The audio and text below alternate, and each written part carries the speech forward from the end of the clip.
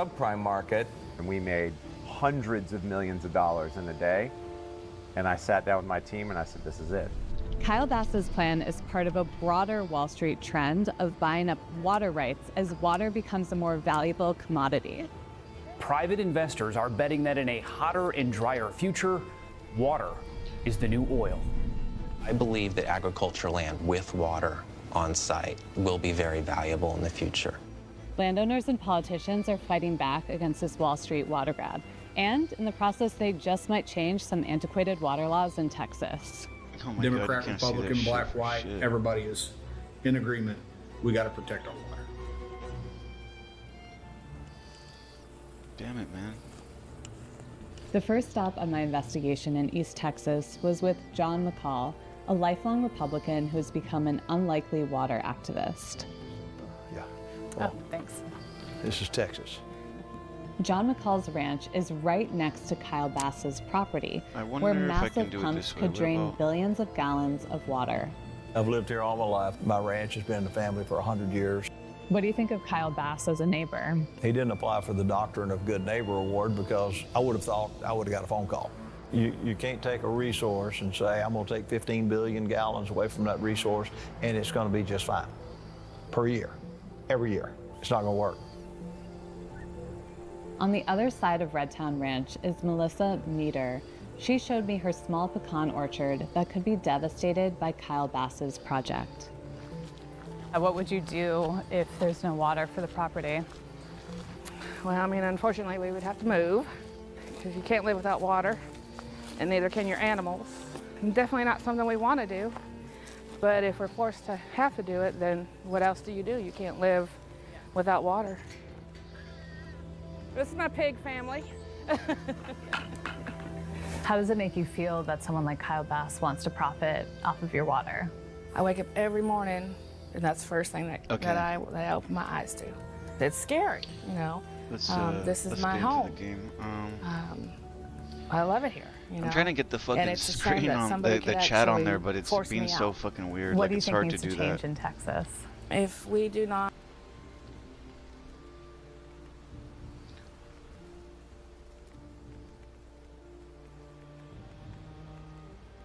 The line between a working ranch and a dead one is sometimes just a signature, an accusation, or it could be a government agency that simply forgets who let's get actually back in. stewards the land. And what's happening right now to the King Ranch in Grant County, Washington, Oh boy. isn't just a story, it's a warning flare.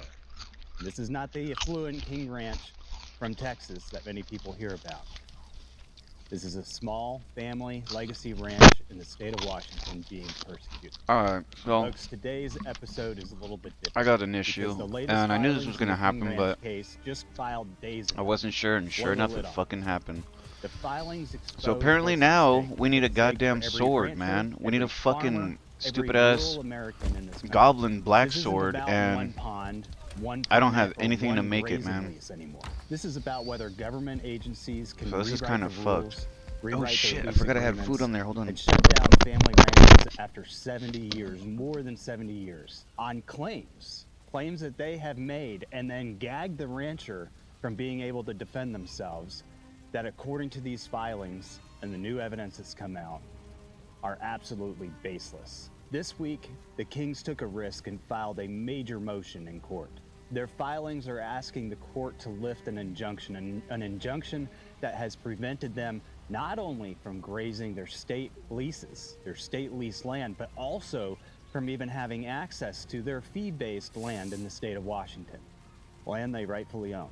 A professional archaeological investigation found that no cultural harm has actually ever come from the Kings grazing their land or maintaining their stock ponds. Decades of grazing history with the Department of Natural Resources show that the DNR never once required permits or surveys, but none of this was able to be made public before because the courts had a quote-unquote criminal investigation against the Kings, which prevented them from telling the truth, from speaking up.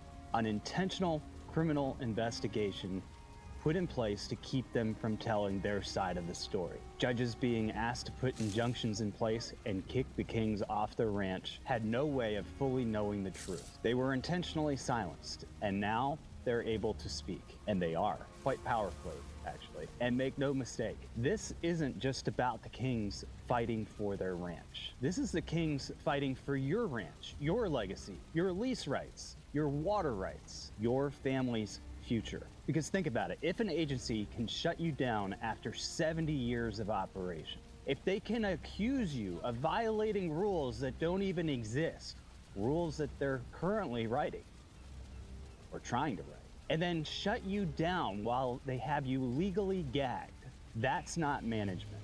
I don't even think it's legal. What it is weaponized bureaucracy. Today, I'm sitting down with the attorneys representing the Kings. These are the people who know exactly what the evidence is that the state does not want you to know. They're the ones who understand what the filings really say and why this case could set a legal precedent that changes the entire West. Guys, if you care about your land, if you care about the right to graze, if you care about the price of beef that you're paying in the grocery store, if you care about maintaining water, maintaining clean water, if you care about small family farms and ranches being able to operate without government overreach, if you care about keeping family ranches and farms instead of wiping them off of the map altogether, then you need to watch this interview. And more importantly, Kings need your support. You can visit SaveKingRanch.com and find out how. Again, this is not the same King Ranch out of Texas. This is a small family ranch, a family legacy that is fighting for your rights. Whether you're in Washington, whether you're in Wyoming or Texas, anywhere really that cattle still drink from a pond. Damn. The King's fight is your fight. Because as we all know, what happens in Grant County doesn't stay in Grant County. It becomes policy, it becomes precedent, it becomes the future. Unless we stand up now. All right, guys, let's get into it. Here are the attorneys representing the Kings, breaking down the filings, the evidence, the stakes, and a little bit about what happens next. I'm Tony Meacham. I'm one of the King's attorneys. I've represented them for quite a long time. I have what's considered an agriculture practice. I'm a 5th generation rancher myself with a current ranch and have been representing Kings with this fight since it began. Jamie Grifo. I'm co-counsel with Tony representing the Kings. We've been on board since 2021. I'm an attorney based out of Friday Harbor, Washington, and I practice mostly land use and real estate, and have had several successful lawsuits against Department of Natural Resources, but I've never seen facts quite this bad. And when did this case actually begin? December 23rd of 2021. Yeah, it's been going for a while. So because this has been going on for a while, since 2021, and it's not something that a lot of people have heard about. It's popped up in the news a few times and then it kind of simmers out, but going back to the beginning of this case, the King Ranch is a well-known ranch for their regenerative practices. They always seem to be a pretty responsible ranch. What happened back in 2021 that brought us to where we are today? So I guess I'll take that one. It seems like, you know, part of what we're going to talk about is speculation, because we really don't have clear, concrete answers from the state. So what we do have is documents that we've been able to substantiate through our public records requests.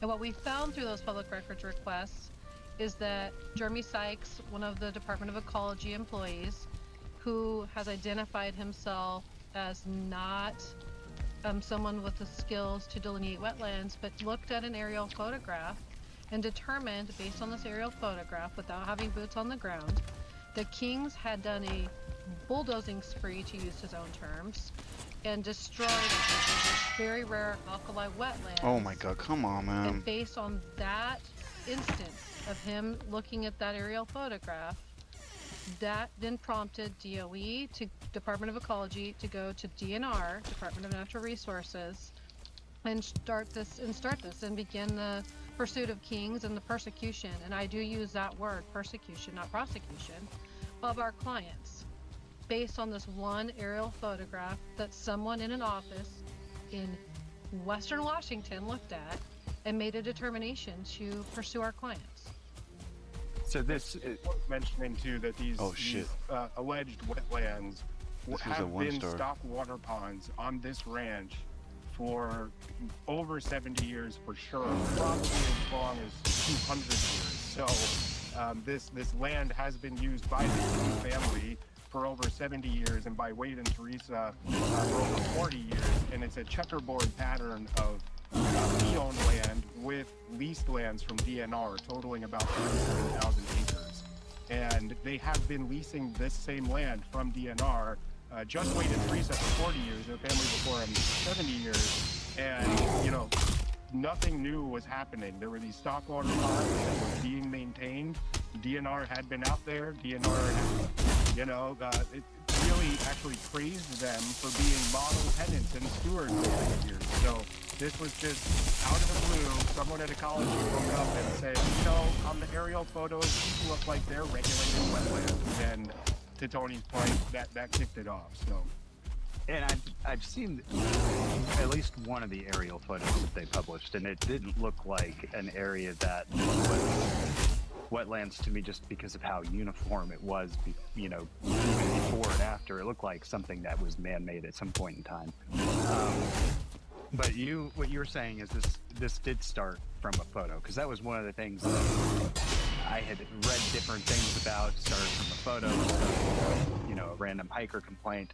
But this was something that they looked at a photo and made this determination that these are wetlands. That's our understanding based on the records we've been able to gather through the public records requests. We've also heard the same thing you have, that it may have been a hiker that tipped ecology off. And I use tipped very lightly because there's no tipping, right? Like, Department of Natural Resources had been out on this ground. It was their ground. Had been out on there for years and years and years. So clearly knew that the only source of water were these man-made stock ponds for not just livestock, but also wildlife. And I think that's an important point too, is that, you know, a lot of people look at these things and they think that that it's only benefiting livestock, but these ponds are also helping with the wildlife populations out there as well. And what ranchers are doing is maintaining that ecosystem in a way that otherwise wouldn't be as habitable as it is today. Right, and that really goes to the use of the word, right? It's stewardship, not ranchship.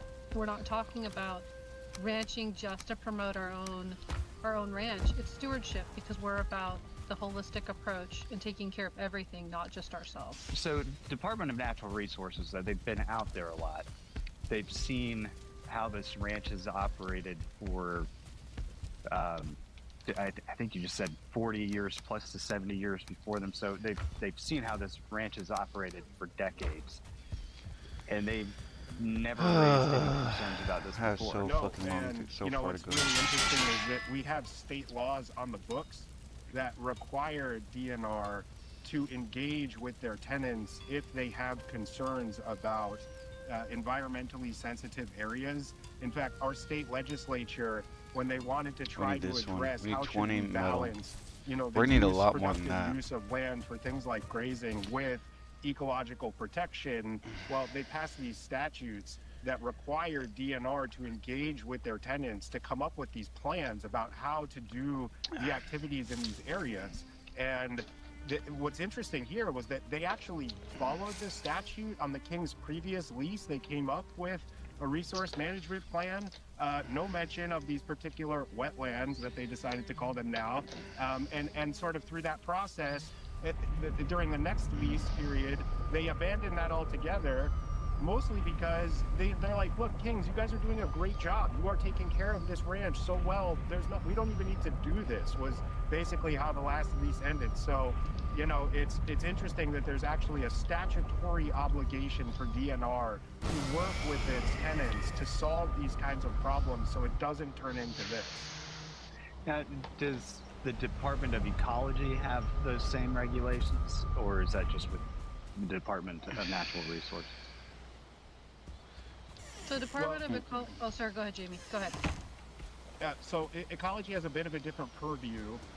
They are operating under the Water Pollution Control Act. We got a couple so far. They're trying to balance this idea of protecting water with all sorts of things that happen, including designated and beneficial uses. Now, to be really clear, the Kings have what's referred to as a vested permit-exempt stock water right. So by watering their stock at these stock ponds, as they have for many decades, they have established a senior water right to do this activity. And our legislature has declared that the use of that right, the exercise of that right, to be a designated and beneficial use under state water law. And so what's really interesting is all of Ecology's regulatory authority to protect water quality is solely to make sure that those designated and beneficial uses can keep happening. And so we're stuck in this, it's tautological almost, it's circular, right? Because they're saying, hey, we have these Water Pollution Control Act laws to protect the water so that you can use it for stock water, but your stock watering is violating it, so now you have to stop.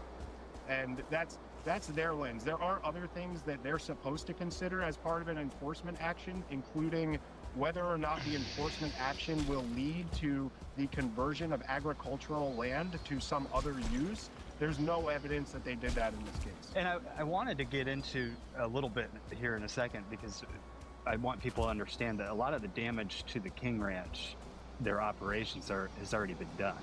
They went in and they canceled their leases. But kind of backing up when you were talking earlier about the evidence that you've been able to acquire, the Department of Ecology, from my understanding, also recommended this for criminal investigation. And doesn't that in some sort of way prohibit you from getting all the information you need to protect your clients? Right, and I kind of hit on that earlier when I said the evidence we've acquired through a Public Records Act. So I think what you're really talking about is when we found out that Department of Ecology actually recommended that the Attorney General's office, through their Environmental Protection Division, the EPD, actually pursue the Kings in a super secret proceeding, somewhat similar to what you'd go after like a RICO crime. And they did that through the SIJ proceeding. We've never been able to look at that file. So what happened was the AG's office filed this under seal with the Grant County Court, did not tell us, did not tell King. So throughout this entire time, when they're pursuing these criminal charges, they're also at the same time sending Kings a letter saying, agree that you did this, agree that you took these actions, agree that you'll pay the cost to, you know, put these lands back the way they should have been. Like, this is happening at the same time and we don't know. So we don't get told anything. We found out about the criminal proceeding. Fucking motherfucking goddamn this game sometimes, man. Employee, and they actually served. Oh my god, they're like, use the like. I looked up all these videos and they're telling me how to beat this boss in so many different ways, and everybody's telling me to use all these different fucking weapons. She doesn't know. She gets it. Like nobody's fucking like people just make shit up sometimes. I swear, just to make a video. Cell service up there. Gets a hold of King. That fucking weapon doesn't work in that area at all, man. If we had not found out about it that way, I don't know that we'd still know today, and our clients may have done something to their detriment just because at some point you want to stop the bleeding, right? Like, the state has unlimited resources. No rancher I know has that same ability. Like, money going out is money that you are not spending on your ranch, not your, you know, money you're not spending on your operation. So when we found out about the criminal side, that then had to force everyone to stop and hold and figure out what the heck was going on. And to this day, we still don't have the full picture of what that criminal investigation looked like, did, and we don't have the file. We'll never get that. Is that something that they're still pursuing, or is it something that sucks. was I just fucking kind of burned my thrown food. out there? I mean, obviously, it kind of messes with your ability to get all of the information, because they can say, well, that's under seal. Yeah, and they did. And so I would say to you, like, to this day, we don't have anything in writing that they're not pursuing it. So that criminal investigation and that criminal proceeding actually was very in-depth. It took us, Jamie, did we spend 5 months fighting it? I don't even know. I don't remember. I mean, forever. We were in court multiple times. Kings had to go get a criminal defense attorney. We were in court multiple times trying to advocate for this employee. He had a really good criminal defense attorney, and he would go in there and be like, look, judge, like, we don't even know what to do in his defense because we don't know what the charges are. And the judge would literally look at EPD and say, can I tell them? And they would say no. And so this went on and on, like multiple hearings, multiple times of going into Grant County, trying to advocate for this individual as well as the Kings and figure out what this process looked like. Through this process, go ahead, Jimmy. I was just going to say that the timing is also suspect, right? Because they bring these criminal charges after some of the civil action have started. And so in Grant County Superior Court at the same time, we had challenged DNR's termination of their grazing lease. And so while this criminal matter is unfolding, the attorneys from the same Attorney General's office are fighting in the Grant County Superior Court to get a preliminary injunction, which is a court order, directing the Kings and their cattle stay off of all the land during the pendency of this action. And we went into court to try and oppose that request, but we had to say, look, we can't put on evidence. We can't make arguments. There's a criminal investigation for potentially felony criminal charges being brought by the Attorney General's office. Yeah, and we begged the judge to not rule in their favor. He decided that based on the evidence that was presented, to grant that injunction, and I think he acknowledged that, this was a bit problematic, that we couldn't put on our case, but we couldn't under the circumstances. And so, it looked to us like the Attorney General's office had coordinated this criminal investigation so that we would have to so we couldn't participate in the opposition to them seeking a court order to kick the Kings off the ranch entirely, which they prevailed upon because we didn't have any evidence in opposition. So it was really unfortunate and started to very much blur some constitutional rights of the Kings. And so at this point in time, they're off the land. How does that impact their business? So there's significant impacts that, anytime that somebody's gotten a court order like this. Currently, we're getting ready to pursue that filing, so we can't get really into the details because, that hasn't been litigated yet. But we are going to litigate that very issue. Like any rancher, anytime you're prohibited from using your entire ranch, there are significant impacts, right? You have to make decisions. Like the plan you had to move your ranch ahead has suddenly been curtailed.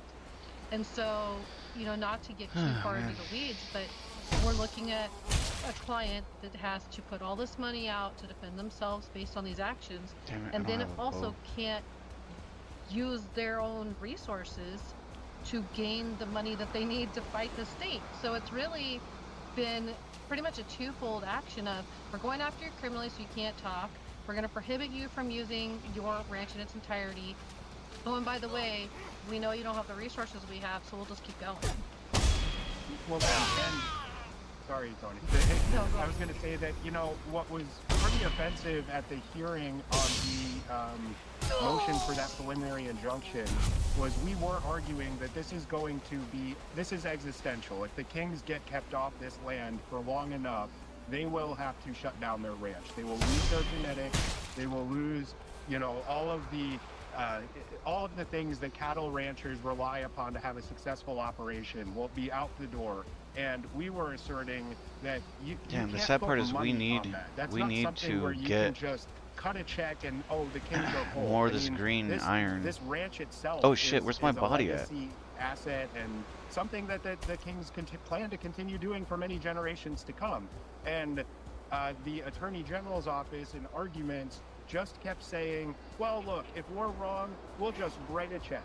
And they literally, I forget, Tony, how many times did he argue to the judge, if we're wrong, we'll just cut a check? Meaning from all taxpayers in Washington state, just cut a check. Well, it might have been 5, 10, 15 times. It was 11 times. He did it 11 times. I actually went back and counted because it was so frustrating to me and just it's such nonsense. Like, you cannot tell a rancher, we're going to write you a check and that's going to make you whole. If we were about the money, we would not ranch. Like, that's just a fact. And, and Wade and Teresa, it's just not about them. They have their daughter there. They have their grandchild there.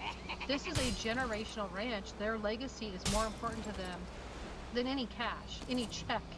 And I mean, the AG's office just kept saying it. 11 times is what I counted. So it seems to be if the issue was just these wetlands, and maybe you can explain what alkali wetlands are, but there was just, you know, what was being done to these wetlands. There's a lot of ways to go in and mitigate that and correct the situation, but it seems from an outsider looking in that all of the actions that they have taken were more so to have the end result of shutting down the Legacy Ranch. Yeah, That's I agree with that. just from an outsider looking in. Well, and let's stop and like go back a little bit, because I think one of the misnomers on this case is that these are not alkali wetlands, right? And you know, that was the state's position, these are alkali wetlands. When they told us that they wouldn't share with us any of the evidence that they're alkali wetlands, This is so fucked up that what I'm forced listening teams to right now. to the position of getting their own experts.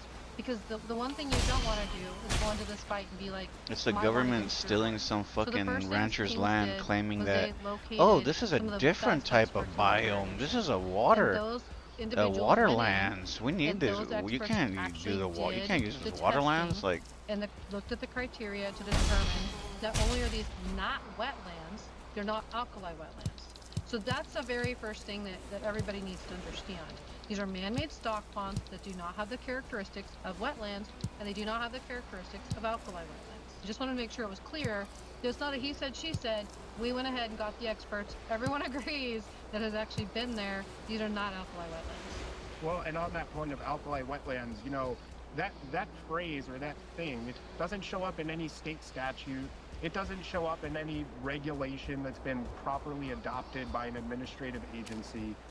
This idea of an alkali wetland originated in policy documents that were created by DNR, actually, a division of DNR, working with ecology to identify this unique type of a wetland. And you know, that this kind of gets to one of the bigger issues, there's themes, I guess, of this case, which is also about, you know, sort of agency abuse and overreach. And, you know, when you don't have clearly defined laws and regulations, it allows these bureaucrats who are not elected to wake up one morning with a whole new idea about how they're going to interpret something, and then make that allegation and force you, the rancher, to prove that they're wrong after you know. And the sad reality is that this is happening throughout our state, and most people don't. they're just trying to steal the land from the farmers, because the farmers are what the lifeblood of the U.S., man. And I do genuinely believe that, you know, the Kings are in this for themselves. They have to be, but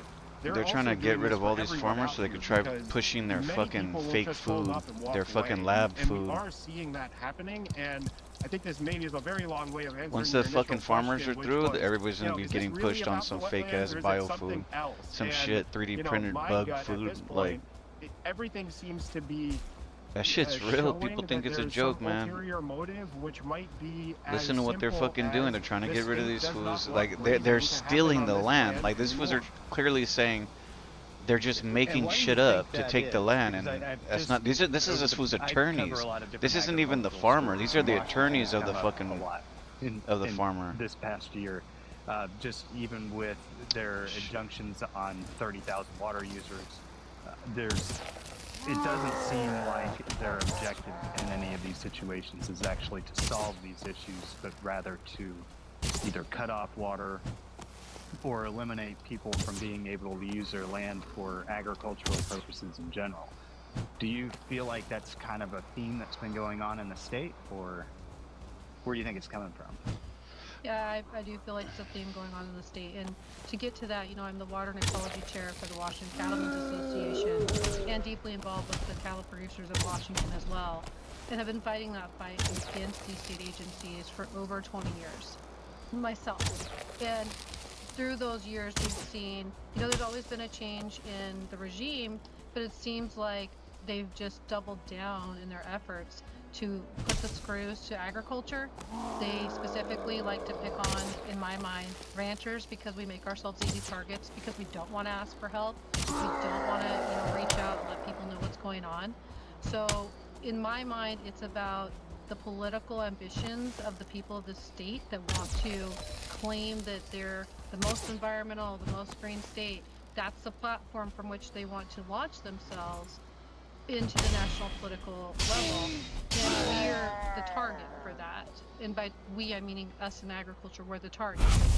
And in this case, you know, a lot of ranchers, they don't, as Jamie said, have the ability, the money, the time, the energy to stand up for themselves. And a lot of times they're older. You know, we see a lot of our older generations are being the ones that are targeted. A prime example would be they know they're one tired of my grandpa's mentally. best friends who's 85. He got a letter from Department of Ecology saying, you have the substantial potential to pollute because your cows have access to this water going through your land. And he just, you know, near tears said, I can't do this anymore. I'm retired. Because they can't. And it's tragic. Well, in that vein, you know, from day one, we were begging these agents.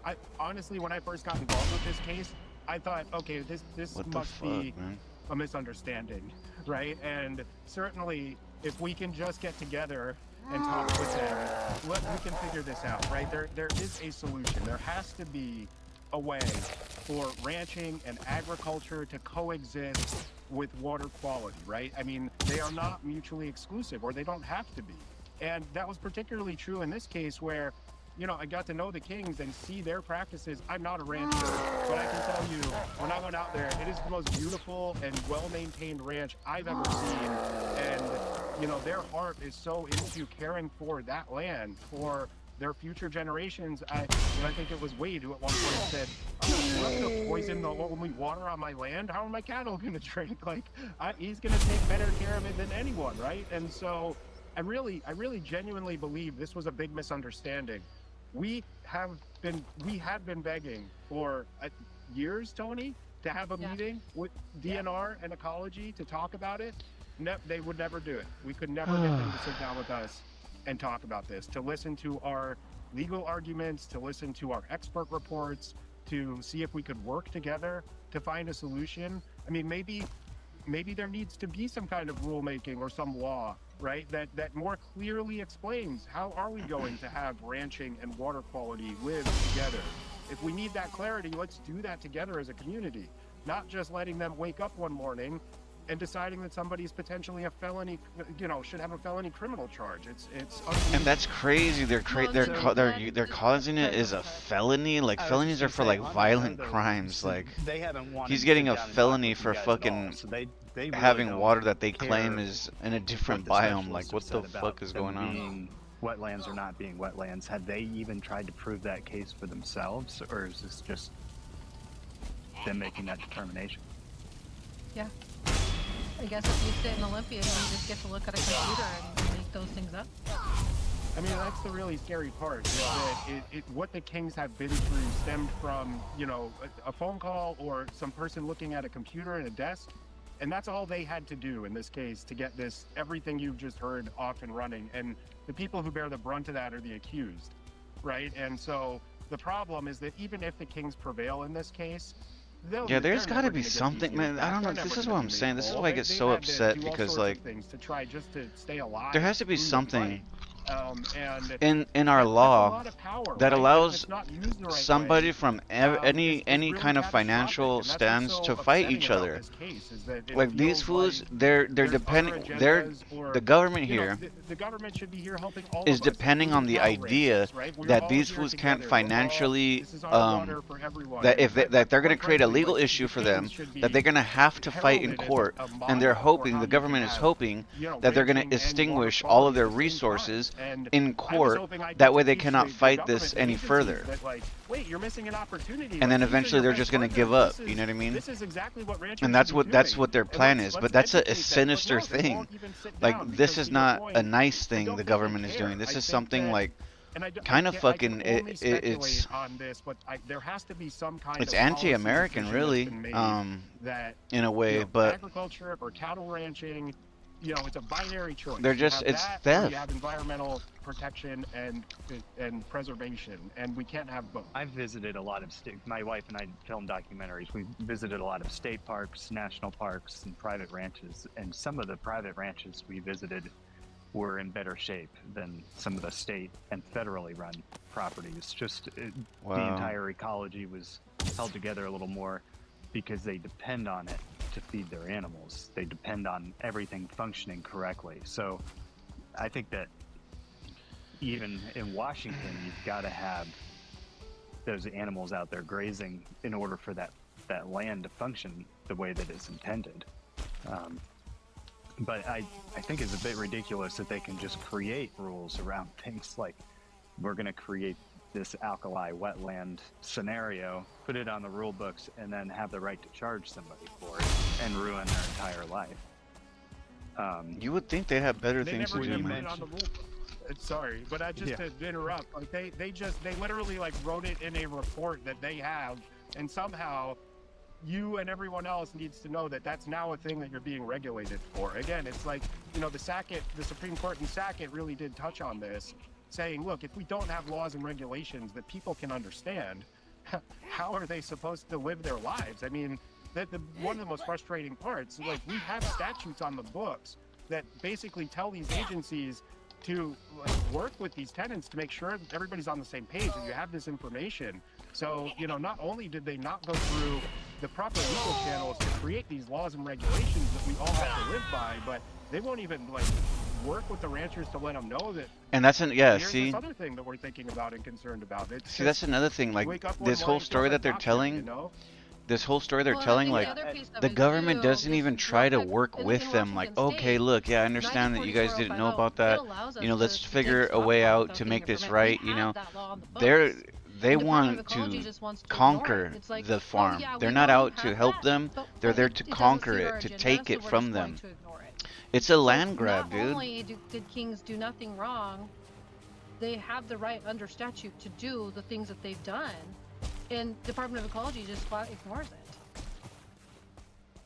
it. So what's it like fighting this thing? Because to me, it's pretty clear that if this isn't even a wetland that is within the law, it's just something they created in a report and decided to enforce. Oh shit. But yet they're able to take this as far as they have without anybody stepping in to stop them. Where's the protection to the people from what seems like a bit of a rogue agency? It's us. We're it. I mean, I'd like to tell you that, you know, some of the lawmakers, some of the elected officials have, like, taken notice. But I would just say to you, and I would like you to think back to the first time you heard about this case. If someone came to you and said, oh, we have a blah, blah, blah, there. Mr. Smith is being prosecuted for environmental crime, the first thing you're going to think is, well, what did Mr. Smith do wrong? And so the way that Department of Ecology put that press release out right away, I mean, they absolutely tried to take control of the narrative from the beginning. And so not only have we had to fight in the law what's going on, but we've also had to fight in the world of public opinion. And so because it's the natural instinct of most people to think that can't happen to me because I didn't do anything wrong. The problem is neither did Kings. And so you've got this natural idea of, well, that can't be us. But the problem is, in this state, it can. And so I think one of the biggest parts is that we as attorneys are the only thing that stands between the Kings and at one point jail, literally, and their ability to continue. And you would think in your mind that the public would just rise up and think this is crazy, but they're all afraid. And fellow ranchers also afraid. Ag commodity groups afraid. Because if this can happen to Kings the way we're telling the story, the truth, it can happen to anyone, and that is very scary. So to answer your question, it's been hard, it's been difficult, it's been draining. I think at times I at least feel like an island because at the same time I'm also a rancher and also involved in these other groups. And my parents always taught us, like, you can't sit by and let a bully someone because then you're no better than the bully. And so we can't do that. We cannot sit by and let this happen. We have to stand up for what is right, even if we're the only ones doing it. And so we have done that. With this being a state issue, that you mentioned legislators, I know Secretary Rollins has recently taken an interest in this particular case. I guess that it makes your clients feel a little better that, you know, they're not trying to influence the federal government to get involved because the federal government doesn't like what's going on. But what can somebody like Secretary Rollins do to help the Kings in this case, since you're dealing with a state agency? You know, we've seen Secretary Rollins in the Mod case, and then again in that case back in New Jersey, really step in and worry about the lawfare angle. And so we are clearly waiting with the government shutdown. We've had to kind of sit back and wait for her staff and everybody to come back. But we're all waiting to see what that's going to look like. She said help is on the way. It's gave Kings like just this breath of fresh air, you know, renewed energy, because it is a very hard case to continue. And we're really excited, I guess would be a good word, excited, and we're anticipating what that will look like. I really don't have better answers for you because we don't have anything more, but we are very hopeful that she can advocate for Kings in the same way that she has done in the past for other ranchers. Oh my god, what a grind, bro. This mining, it's not so bad because you just got to go around killing them, but it's a little tedious because you have to find them. Well, looking back at the water injunctions, and I had done a story on an 85-year-old hay farmer who got fined over $100,000 for watering 20 acres during the summer months, and this is a guy who clearly is not in a position where he can afford representation and probably doesn't know all of the loopholes that are going on, but it sounds like he's made efforts to try and move water rights around. I guess his dad had the farm before that, and so they've been watering those hayfields Looks like for I have decades. a body there.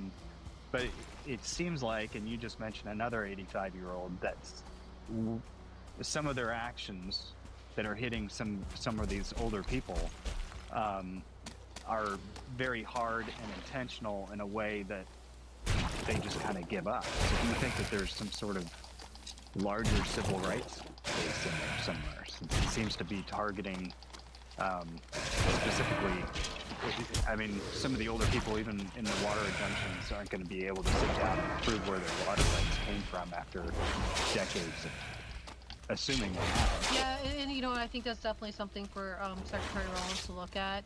We're kind of tied into the fights that we're fighting, but we do see from the broader picture that there, you know, just from the pattern that you just identified, that we've identified, there does seem to be almost a targeted approach. Come on, man, with the fucking stamina, stamina, bro, I swear to God. Constitutional lawyers and people of that nature are looking at, or some of the government officials, clearly that can't be our focus just because we're totally swamped with what we're doing right now. But I do think that that's something that's worth looking into. It definitely feels, but the other part of it is, and I think you know this, Charlie, a lot of the ranchers and people never will, because nobody wants to do this work.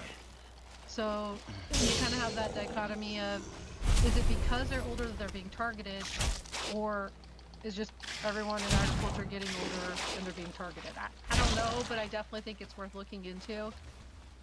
Yeah. Well, and you know, on the solutions piece, I mean, we do have the courts, and I do trust that, you know, sometimes it takes appeals, but I do think that the courts are there, you know, to keep things like this in check, and I believe that they will do the right thing the right day, if you can survive long enough to get your day in that, you know, final court of appeal.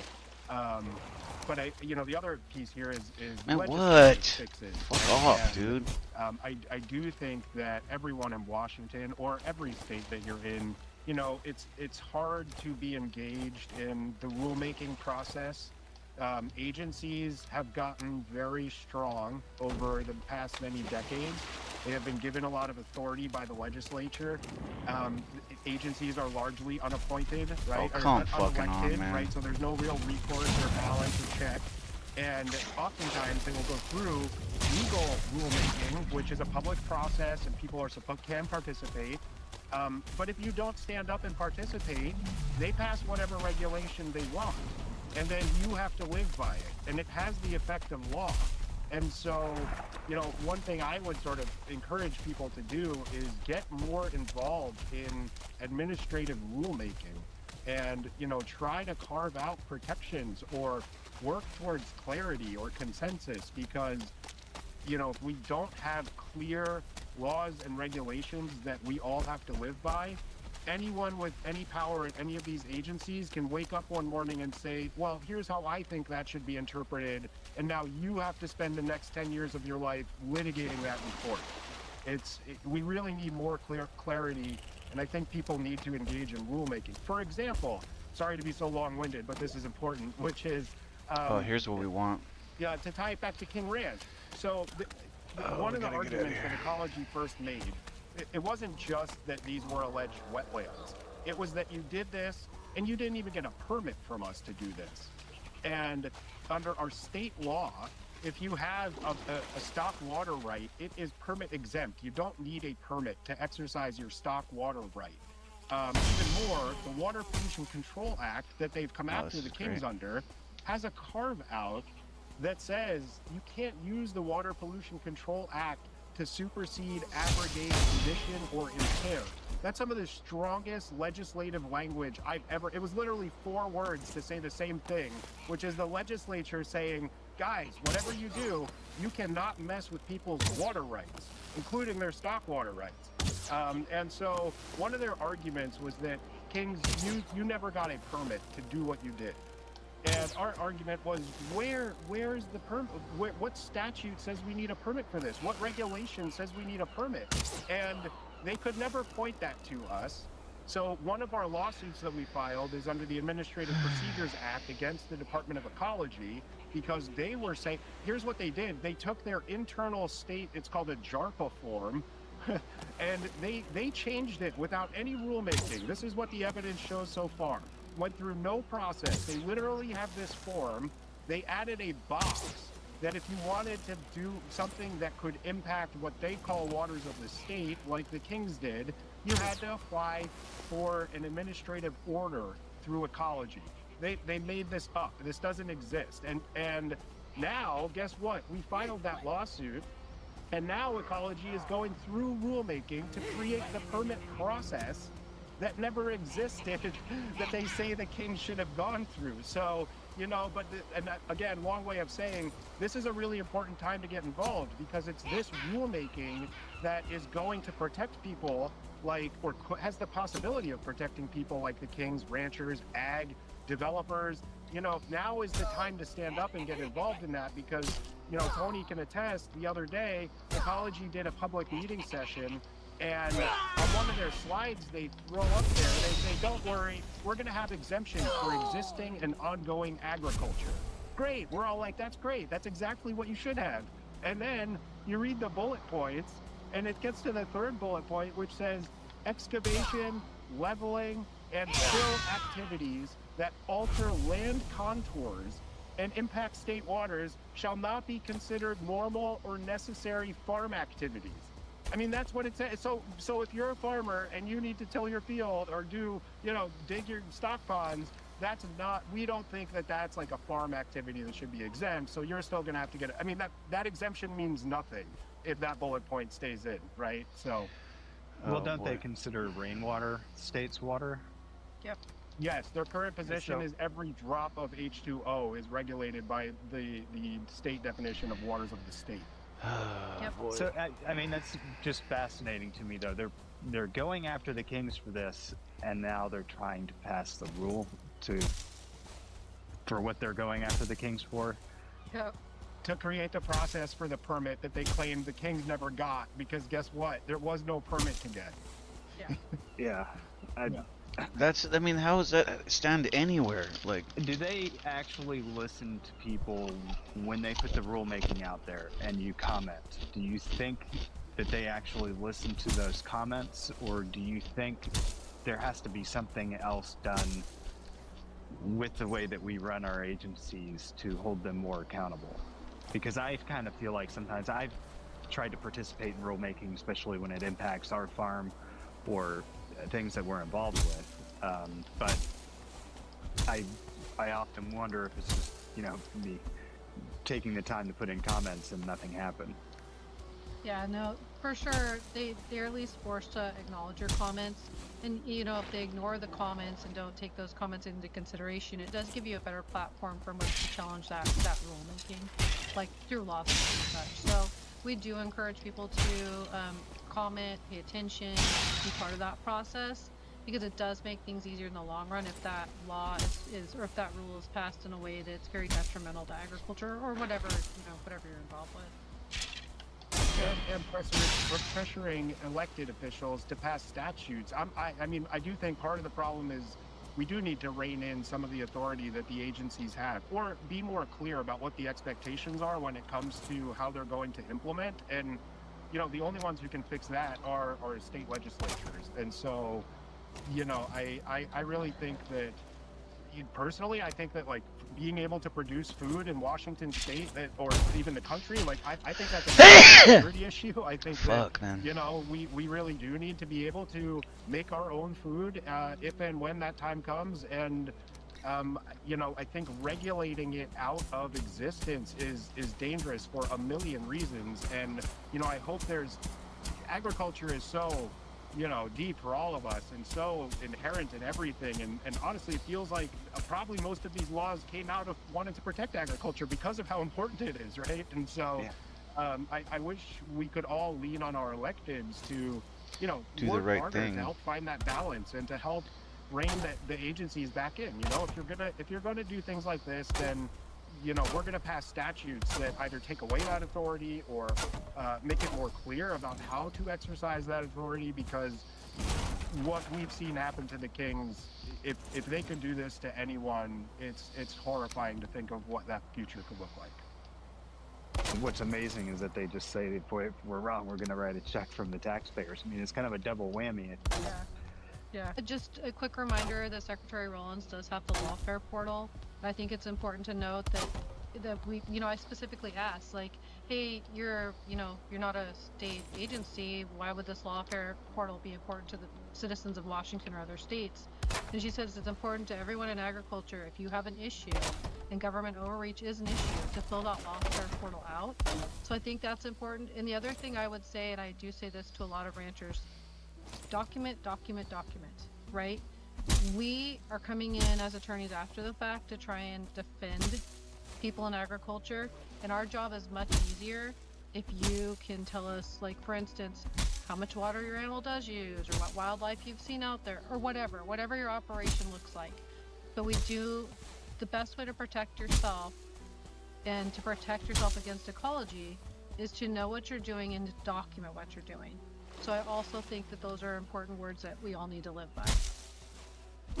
I'll finish by saying on my last comment that I do think writing your elected officials, right? Writing the agencies, telling them you think this is wrong. I mean, I think that is important because, you know, we are the regulated community, and we need to make sure the regulators know that there are certain things that are not going to work for us. So participating in rulemaking, writing emails, making phone calls to electeds, I think that's really important because, you know, it's going to take that kind of an effort to get some kind of response in the legislative branch. And, you know, don't forget the Clean Water Act initially didn't have those ag exemptions, and it took the agricultural community to stand up and say, wait, what about us? How is this going to affect us? And, you know, it was through those efforts that a lot of the really important protections under the Clean Water Act that are in place came to be. So, you know, in Washington and in every other state, as they go through state waters alteration permit processes and planning and rulemaking, you know, fight for your needs as a regulated community. And I don't think these things are mutually exclusive. You can take care of the environment, and in fact, you can do these activities in a way that enhances the environment. So let's work together and solve these problems. These are not either or. Do you think at any point in time in all this, the DOE looked at this case and said, yeah, okay, we might have made a mistake, but we're just going to stand our ground Because, I mean, it seemed if they're out there trying to create this rule now, it almost seems like that's admission that well, we didn't really have the right framework in place to do what we've done. But then they continued to plug away with it, almost like as if they're just being stubborn. Well, we made a mistake, but we're going to see it through. Yeah, Do they you ever get doubled that down. feeling? So, yeah, I think we do get that feeling all the time, don't we, Jamie? I mean, part of me hopes that's true, because if they really think that this is okay under the current laws and regulations, then that to me is a bigger problem. So part of me is hoping that it really is just ego, or, you know, wanting to double down and not admit a mistake. But, you know, because if it's something worse than that, that's scarier in a way. Yeah. Well, and if they admit the mistake now, that they've already done the damage to the ranch financially, it's a pretty big deal. Right. And But you know, Time to write you know that they check. can just write a check. We've heard that Yeah. 11 times Yeah. at the one hearing. Well, no, I mean, yeah. Look, we all make mistakes. I think it's a mark of integrity if you can admit that you made a mistake and work with someone to find a solution, right? And so I remain optimistic. I mean, Tony and I are going to do whatever we can with the tools that we have as lawyers in the courts to, see that our clients are protected, and they'll never be made whole, but we'll do our best to make sure that they get close. And in the meantime, I really do hope that the agencies and the state legislators will realize this is a problem and that it's something we can solve with some, thought and effort. And hopefully, too, more people, when they get these notices in the mail and stuff, don't just give up and they call somebody for help. I mean, there's all sorts of ways of getting funding to fight something. Oh, we these cannot days, fight camps but anymore. If people are just willing So to what we're trying to do is we're killing these little goblins. then the agencies are going to continue We're getting to their do this type of stuff and get away their with it. iron. As a prime example, And I now would we just gotta say go this, back. We've seen a lot of these letters from Department of Ecology come out, and a couple of people have called me and I've said, get your public record request and figure out where your file is. A couple of them have called me So it's back 'cause and we said, can't carry that's not much even more. our ranch, that's not even our operation. But they're going after us anyway. So, a lot of what I tell people is don't bury your head in the sand. When you get the first letter, there are a lot of free resources you can use, like your conservation district, your NRCS people. There are free resources for those that don't have a lot of money. But the thing that you're going to lose, the thing that there's no value to because there's nothing you can do to replace it, is your land. It's your ranch. So you have to do something. Doing nothing causes you to lose everything. Doing something, even if it's just what you can afford, potentially saves your ranch, saves your operation for the next generation, because that's what we're all doing it for. So how many of these cases do you guys see on a regular basis? I see a lot. I mean, again, I'm the water and ecology chair for the Washington Cattlemen's Association, so I hear a lot about them. But a lot of what we're facing is when you start talking to people about what they can do, steps they can take, you just see it on their face. They're just exhausted. They're resigned. Being in agriculture already, I mean, it's a day-to-day existence for a lot of aspects of it. And so this is just the thing. It's the straw that broke the camel's back. They just can't deal with it. So it's really hard in these cases to find a client that I call kind of the trifecta. They're young enough to deal with it. They have some amount of money and can deal with it, and they can emotionally deal with it. And the emotional piece is probably the most important piece, because I've had a client that I took his case all the way to the Washington Supreme Court. He got Parkinson's, ended up passing away. This is so heavy and so hard and so detrimental to a human that you're already dealing with all these things in agriculture that are hard. And then you take this and it's so much worse. It's a slap in the face, man. And so if you can't It's do a that slap in the trifecta, face do because what you can as a be, farmer and you're trying to do advocate for something for your yourself country. and You're find trying people to that can help you. you're trying to But create, it is you really know, hard to find the sustainable client that can fight food source this for your fight, because country. these agencies And to are have not the gonna give government up. come They out don't and then have to. slap you in the They have the face money. and try to They have the rape ability. you, They like, can fight you till the that's end. fucked up, dude. And you're there fighting for your life, and they're That's what just gets fighting me. from Like 9 to 5. stories like this are going on every day in the U.S. The and Kings have held in there meanwhile they're pretty doing well, this or- huge but I'm parade on sure they're TV. pretty upset All these about it. politicians, oh Well, yeah, I've asked them a America, couple we're times, for I said, America. But then are listen you to guys- this shit. we do check-ins all Like the these time. fools are I just sitting there. don't The think government is that sitting there just anyone raping people. here Like doesn't recognize it. We're not just their attorneys, we're their friends. Like, you can't be in this position and not have a deeper relationship with your client than just an attorney-client Hey, come on. relationship. You just can't. And so a lot of times, we'll talk like whenever, and I'll be like, "You doing okay?" Whatever. And they have been such a good support for each other. Like when one's going down, and then they have a lot of faith in God, and I think that really helps them. And so I have just been very impressed with them and how they've been able to hold up. I think sometimes that we all would like to take just a 24-hour break from this, but that's just not going to happen. I mean, we're in it till the end, and we have no choice, because if we even take any break, that's the opportunity the other side's looking for. So we have to be diligent, we have to continue, and we've got to be able to rely on each other, and we've been able to build that relationship to do that. One more thing, and this kind of goes back to what has happened to them, but number one, when they were kicked off their land, is it true that they lost all of their infrastructure and everything that they had put into it? And also, how hard would it be for them to get back on track if all of this was cleared up? So when you get that letter from Department of Ecology that says, we've declared you in default and you've forfeited all your personal property. What? So in Washington, I don't know how this is in other states, but you're the one that builds the fence. You're the one that puts in the wells. You're the one that has the solar panel for your well to work. Like, that's all yours. You own that. And that's one of the big benefits to having these DNR leases is that you've got, a little bit of skin in the game and you're able to do things the way that works for your operation. So yes, that is true. When that initial letter came out, that letter declared those things forfeited. And then in the PI order, that order actually said that Kings could not step foot on DNR land at all. Wow, they just literally So moved them off their land. So get the fuck out of your house. For them. I don't know that after a case That's like crazy, this, you ever bro. get back on track all the way. You lose a lot of yourself, you lose a lot of your faith, and you especially in Washington. In country, yeah, you lose a we lot of talked faith in about your it. country. Like, Kings had a great relationship with DNR. Then they get a letter out of the blue, December 23rd, right before Christmas. I mean, how do you ever come back from that? I mean, again, talking about the emotional toll, the toll on their family, the toll on them, their toll on everybody. You never come back. You just continue to go on.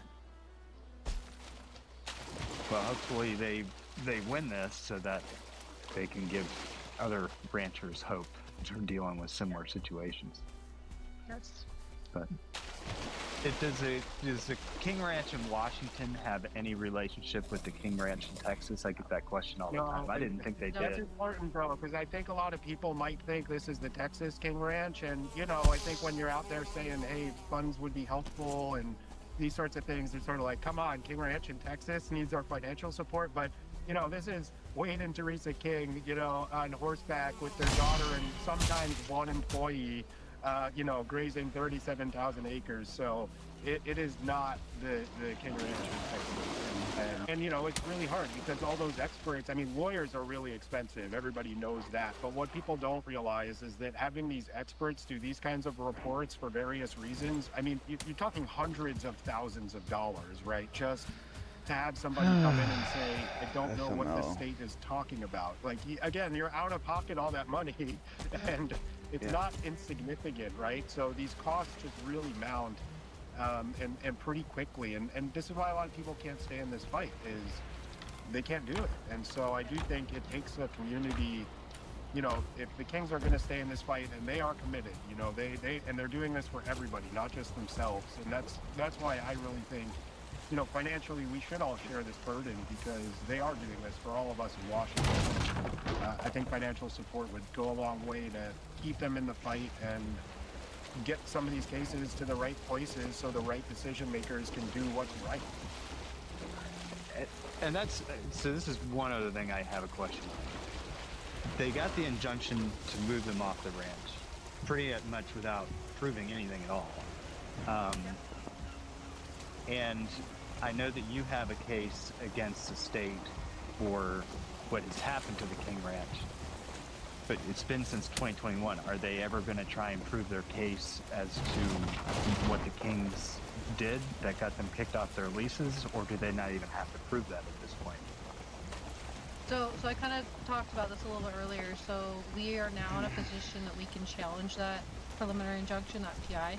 So we aren't waiting for them to bring the fight to us, we're bringing the fight to them. And we're really anticipating this coming out very soon. We'll share that with you when we can. I don't want to get into the weeds about it, but we're not going to sit here and wait. We're not going to be victims. We were postponed from pursuing it because of the criminal piece. But we're hoping that scare tactic is over. And we are wanting to pursue this, and so do Kings, right? Like anybody, they want to pound the table and say we did nothing wrong, and we're going to be able to do that, and we're going to be able to show the state and again the world. Damn, this shit is slow as fuck. Nothing wrong happened here. That they have absolutely been targeted based on whatever We don't know why. Damn, We this only shit is speculate, slow. but We're bringing the fight to them. It Might will as be well the go first running. time very shortly that the Kings are getting to tell their story, because they've never been able to do that before. And even though the attorneys general refuse to give us something in writing that they will not prosecute the Kings criminally, they have been advised, again, not to the most comforting of levels, that the statute of limitations has probably run at this point. But I think they feel like they are at a point where they're willing to take what little risk may be left to finally start educating a judge about what's really going on. So we're about to have a pretty big filing here, this week, and I think we will share it with you for sure, because it is one of the first times you'll get to read, oh, really, all this has happened. It fills in a lot of the holes. Yeah. I'm curious to see how it turns out, because to me it's mind-boggling that they could throw them off of the land without having to prove a case.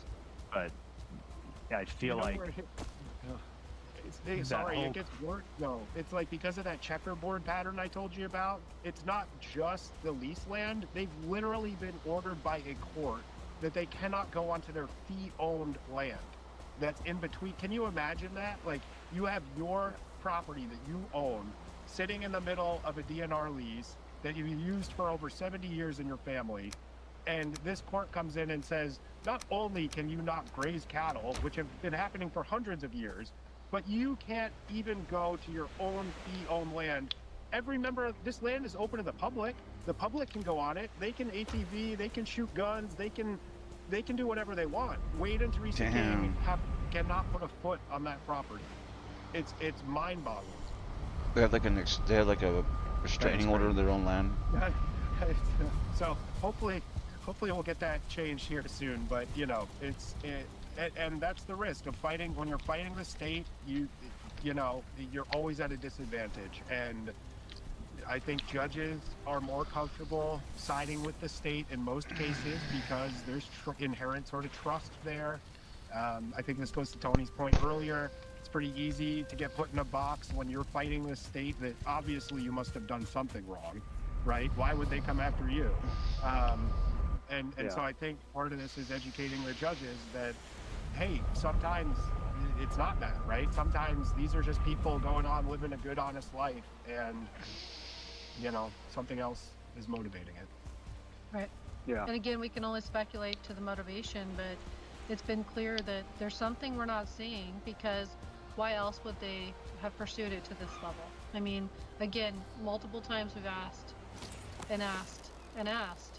Just come to the table. And in fact, I said that from the beginning when Wade and Teresa got that letter on December 23rd. I laughed. I said, oh, this is a mistake. Don't worry about it. We'll figure it out. Get through Christmas. Let's, in my mind, there was no way that anybody could take this seriously. And here we are in 2025, still going strong. It's mind-boggling, and the common sense approach simply doesn't work. I feel like there have been some Supreme Court rulings that actually would help. Damn it, dude, that was quick with this thing. A court away from just depending on what the agency says. I guess they still tend to look at the agencies as experts, but. Which is why we hired experts, right? Like, that was the whole reason that, as Jamie has said, we put that cost in and said to Kings this is necessary, so that it wouldn't be just Kings versus a state agency. We would have truly the top experts in the entire nation coming in and saying, the state agency is running amok. We don't even know what they're doing. And they've had to pay for all that out of pocket, huh? Absolutely. Absolutely. Yeah, that's huge. Yes. Yeah, because people do question us, like, why does this cost them so much? Well, experts of this caliber, I mean, and you want to get the best. Because when they eventually are going to have to be on the stand, you want them to be as bulletproof as you can possibly be. And you don't want, somebody that doesn't know their job. So you do spend the money, you get the top of the top, and that's going to allow everyone to benefit. But those experts are extremely expensive. The testing, everything is extremely expensive.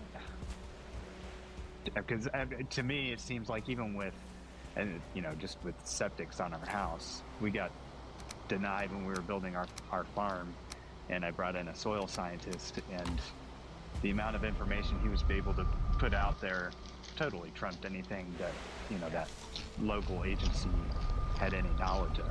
But again, somebody sitting behind a desk looking at a Google aerial can somehow make those determinations and try and destroy an entire ranch.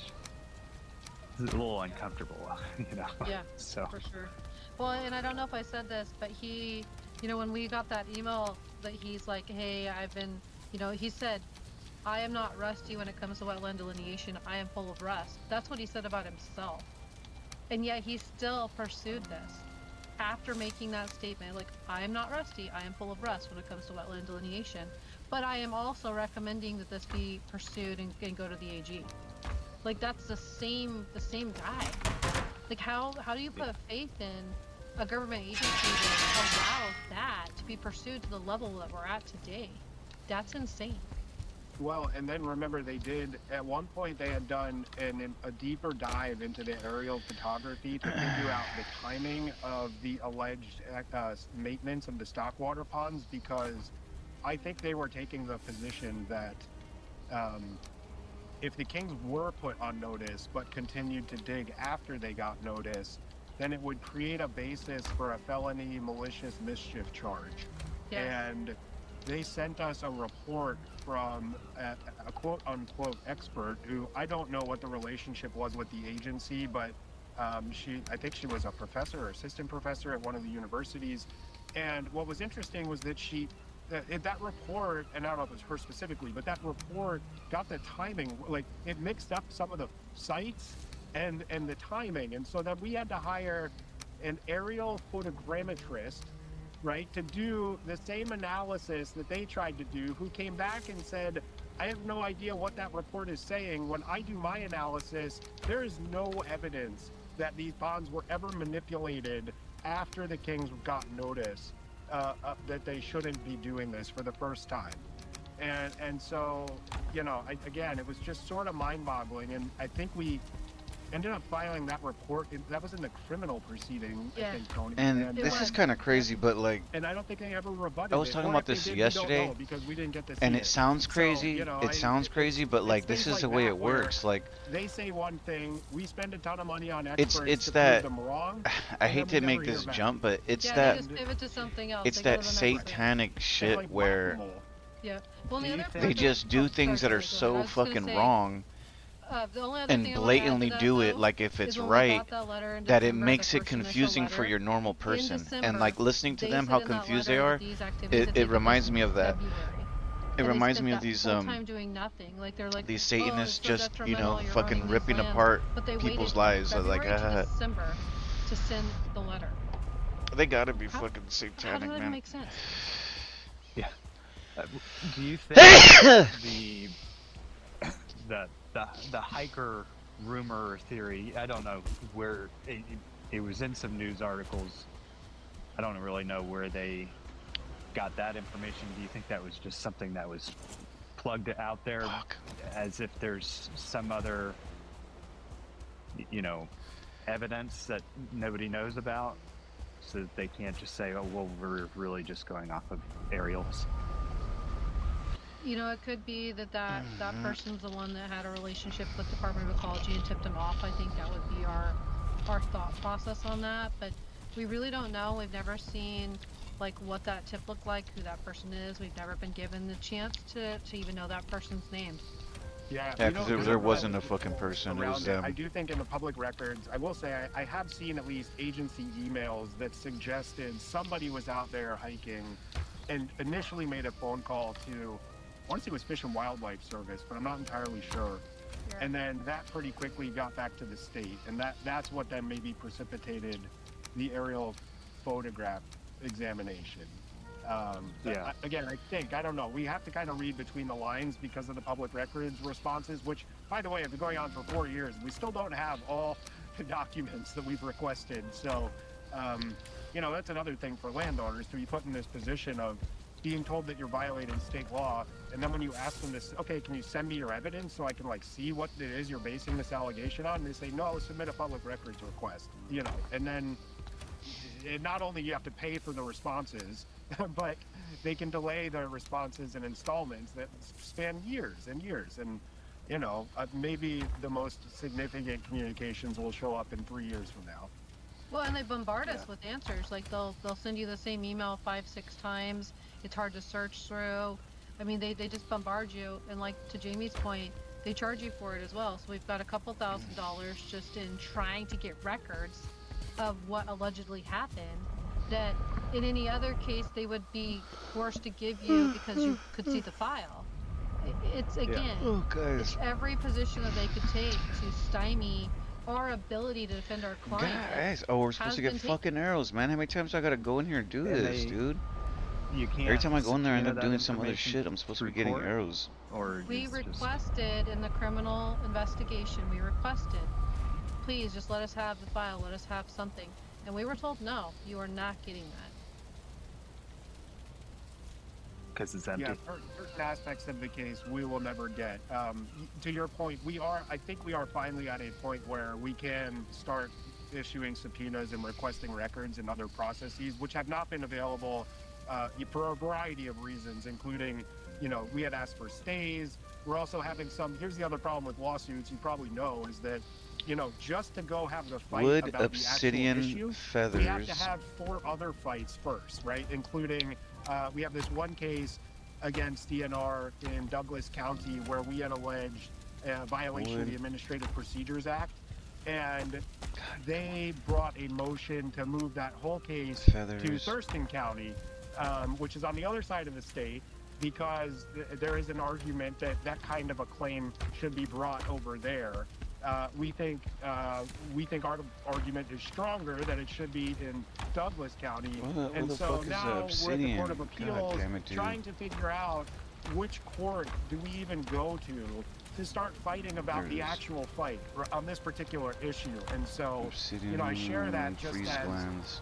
you know, these things just, you end up spending all this money to litigate these issues that are sideshows, right? And they have to be resolved, but it's time consuming and expensive for the Kings to go litigate about this issue on venue for years, you know, just to maybe come back to the court we filed in so we can go to the merits. It's really, you know, unfortunate. And I think the state knows that this is expensive for the Kings, and if they can't stay in the fight financially, at some point they'll have to give up. That's what the state, I think, is counting hoping on for at this point. I hope you guys felt the weight of what we just heard. The King Ranch isn't just another court battle. It's a test to see if family ranches, family farmers still have a stake at the table when it comes to making the decisions that govern our lands, the decisions that govern our water, and our general way of life. You just listened to 2 attorneys lay out the facts. The archaeology does not support the shutdown. Decades of ranch history and working with the DNR does not support the shutdown. The terms of their lease agreement with the state do not support the shutdown. And guys, basic common sense surely does not support the shutdown.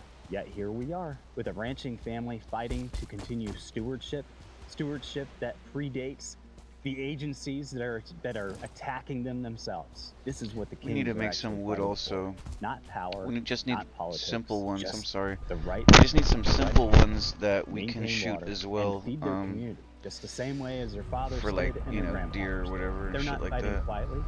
They're certainly not fighting selfishly. They're fighting for president. They're fighting for clarity. They're fighting for every rancher, for every small family farm, to not wake up one day and find out that the rules have changed from underneath their boots without them even knowing about it. Let me put this plainly to you.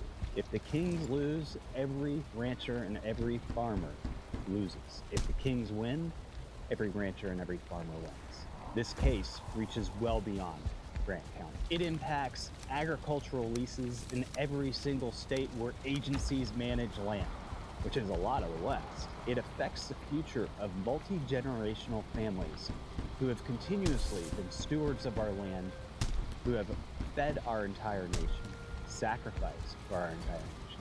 And right now, the Kings and all of them need your help more than ever. And I'm not just talking about moral support, although that really does matter in this case. I'm not just talking about sharing.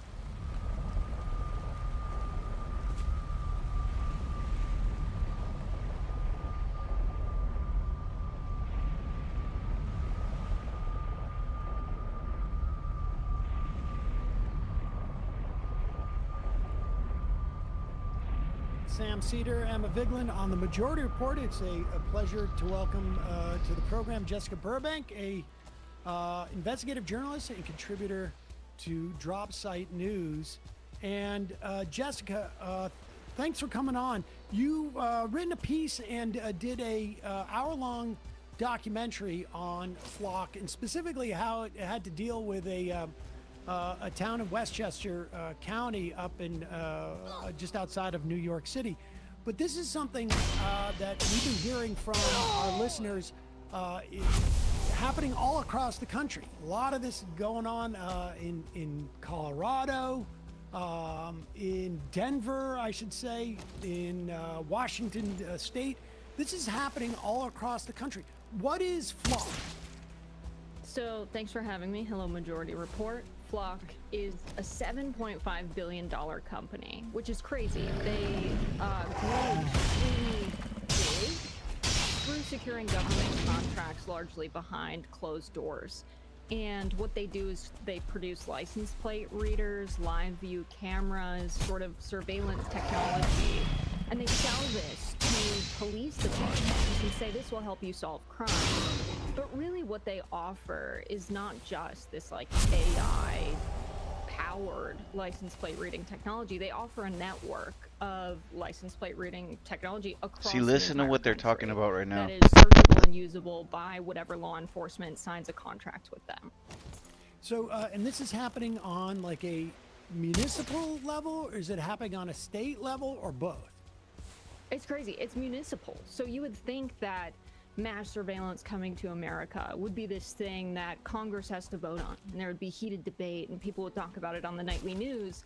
Not at all. It's a police chief comes to a city council, whatever municipal body you have. In the case of Scarsdale, it was the village board, and they usually through quiet consent agendas where it's lumped in with a sum of what's supposed to be non-controversial policy items, routine stuff. And they say, yeah, we would like to have $60,000. In the case of Scarsdale, it was over $1 million to implement license plate reading cameras all over town. And the town board typically votes these through without any public notice, any debate, without it even being an agenda item. I mean, the fact that this is Scarsdale, for people that are outside of New York, I would be hard-pressed to think of a wealthier, more affluent suburb in New York State. It's kind of notorious for that. Were you trying to highlight Scarsdale for a particular reason on that front? I know you highlighted other communities in your piece as well, but the fact that it's there, too, I think says a lot. Yeah, I grew up not far away from Scarsdale in Stamford, Connecticut. My dad's a contractor. And he said, you know, Scarsdale is this crazy rich town. And it's so wealthy that they ship such expensive rock and landscaping in that it's a part of the village code that you can't ship any of it out without a special permit. That's the kind of money we're talking about here. And I had a friend in town, Josh Frankel, who's in the documentary and quoted a lot in the piece. We'd worked together before, and he was messaging me like every day. It's so crazy what's happening here with this Flock stuff. We're getting these license plate readers, it's mass surveillance. And finally one day I got on the phone with him and he explained it. And I did an online search, you know, what's going on with Flock. There was hardly anything, like no coverage. So how does a mass surveillance company that's $7 billion in size with funding from Andreessen Horowitz and Founders Fund, Peter Thiel money, how is it this big with no mainstream coverage? And so I immediately knew there was a story here, but I got lucky that I knew someone in a town where this was happening live, and we could catch the village board as they tried to bury this. I talked to Flock on the phone, and they agreed to a recorded interview. Now, no one at Flock will talk to me. They're very secretive, but it was a really lucky turn of events. And Scarsdale was perfect because there were so many people in town, including people like Charles Seif, who are NSA, former employees. They're really aware of what this technology can do. So it was lucky that it was an affluent town where people had time to show up and fight this, which might not be the case in a working class town. I'm looking at a website, banishbigbrother.com/flock camera map, and it's nuts. There are so many of these all around the country, and it definitely feels like this was the strategy. We can go in and be a lot quieter about this and a lot more successful in going city by city rather than going on a federal level to do this. But what's the pitch? Like, I mean, I don't know, I know Scarsdale by reputation, but is there that much crime there that somebody on the city council is going like, oh yeah, we need to have like all of this? Is it like, how are they securing these contracts where I would imagine municipalities are like, we don't have a lot of money to throw around necessarily, unless you're like, you know, in the midst of some type of like crazy crime spree. I can't even see how this would be entertained. Scarsdale's a famously safe town. Their main crimes are petty larceny and identity theft. Not things that these cameras are going to solve. I mean, the petty theft was, the neighborhoods are so safe that people were told by the village board at one point, stop locking your keys in your car. So license plate readers aren't going to solve these kinds of crimes. So why was it that they needed 172 surveillance cameras in a town like Scarsdale? The money was not in the village budget. It was expected to come from a federal grant, which didn't end up coming through. But Flock goes and meets directly with the police chief. And I think the pitch is simple. Just if you have these cameras, you're not gonna have to devote as much resources and personnel to solving crimes because you can track people wherever they're going. You have a body of evidence here, which is a major Fourth Amendment concern. You're supposed to have probable cause before you're doing a search and seizure of evidence on someone. So this is persistent surveillance that is constantly collecting information whether or not someone's committed a crime. And when I went into Scarsdale to cover the story, there were a lot of people in the area, and I grew up nearby. It's the same all over the tri-state, where there's a lot of people who are landscapers who are from other countries, and there were a lot of people who came to the village board and said, 404 Media has reported that they're giving this data to ICE so that they can track immigration cases and track people they're suspecting of being illegal immigrants that they want to take. They've also used this data to track people getting abortions across state lines. So it's not so much about Scarsdale. It's about establishing a national network in case someone happens to drive through Scarsdale that they want data on. But the national network piece, I think, is important, right? Like the fact that these local municipal police departments don't have to go through a process of, say, collaborating with X county to pursue a specific case, essentially makes it so that there's kind of this like privatized, almost federal surveillance aspect that can be tapped into legally by these municipal police departments. I mean, that's fairly unprecedented, I would imagine. Also because, like, say if you were to collaborate with the federal government and they had that kind of information, that would be a more formal process too. Yeah, absolutely. And they've now started to sort of pivot how they establish their camera network and grow their camera network. They have 5,000 cameras, cameras in 5,000 communities. It's over 88,000 cameras in 49 states. So they're already all over the place. But because now people are starting to push back at the municipal level, they started this thing called the Thriving Cities Fund, where they pay for private businesses to put their cameras on their property. So what does it mean for our democracy if those cameras are street view facing and then law enforcement gets access to them through Flock directly or the private business? So that's what we're dealing with, is they're amorphous. They're willing to use any avenue to put their cameras up. What does it mean in terms of antitrust law if they're going to pay for their own expansion as a company to put cameras everywhere? Anyone can buy license plate reading cameras, but what Flock offers that's unique, I would say, is the national network that you can track people across state lines wherever they happen to go. let's talk about that national network, but I also want to get to that sort of like no bid process that you'd covered in Scarsdale, because that seems important to me too. But do we have a sense of how networked these are throughout the communities?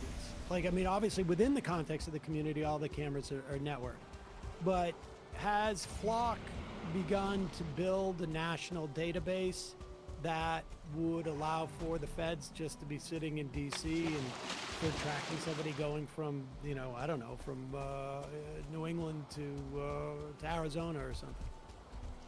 So we know because there have been cases of this happening. In the case of Johnson County, Texas, a sheriff was able to search the 88,000 camera network because they subscribe to this model where if they share their data with other Flock municipalities, they get access to search those cameras.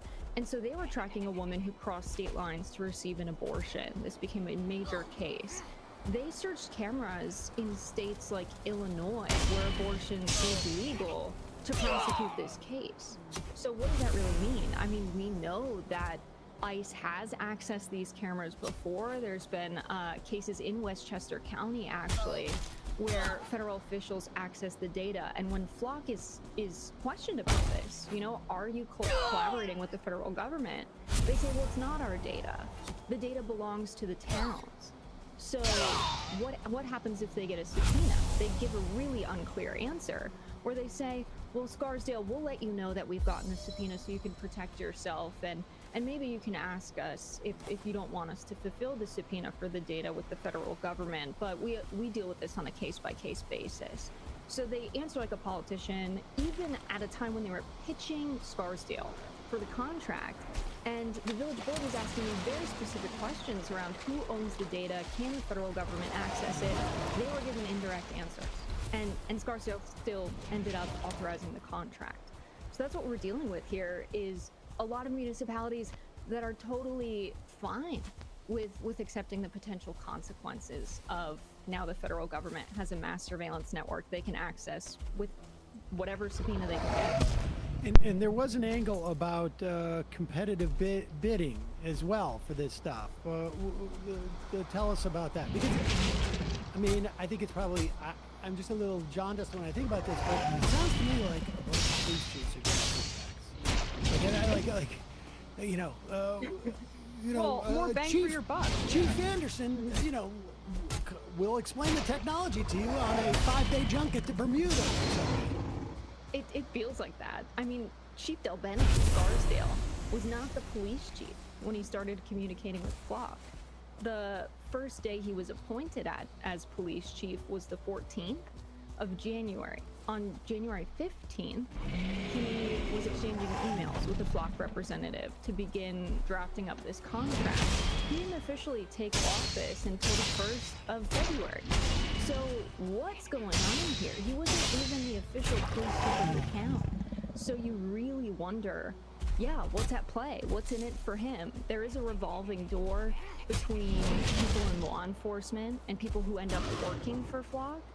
How much of a salary bump are they getting if they end up signing a contract before they go on to take a job at Flock? I've asked, you know, the Flock communications director about this directly, and he said this is entirely above board. You know, law enforcement officers have really good backgrounds, and their experience serves them well at Flock. And so, very suspicious. I don't know what's really going on, but you're supposed to have a request for proposals from a lot of different surveillance technology companies if you want to adopt a multi-million-dollar contract, because you want to get the best deal, you want to make sure you're picking the best technology. That didn't happen here, and it didn't happen in a lot of other cases where Flock sends a sole source justification letter, which says you don't need to do a competitive bidding process because we're the only company that offers this technology. So that's not true. Motorola has AI-powered license plate reading technology, but they don't have the national network that's established. So that really has to be the selling point. And the same sole source justification letter that was in possession in Scarsdale has been sent and then posted publicly in municipalities across the country. So it seems pretty clear that they have a model. We're trying to grind for a sword. We're just without grinding public engagement, iron. without Oh recognition, shit! With as little accountability Come on, as come on, come on, come on. possible. And that's No, where run, run, I run, think run. some of the antitrust liability lies there. Outside of applying antitrust issues, I guess, on that Damn, this was theoretically not a easy. different DOJ or a different FTC could bring. Are there other? Is this Come on, in Hills, any come way on. regulated by like states, or are there federal regulations, or is this just something that's like? It sort of feels a little bit like when Uber first started. They just would come in and create facts on the ground, essentially, and then just apologize later. Yeah, we all really miss Lena Khan right now, but I think in Wow. the case of Norfolk, Virginia, the Institute of Justice This is gonna be a bitch. funding I gotta a lot run of all the way over there to lawsuits get my body now. around Fucking Fourth Amendment motherfucker, man. concerns.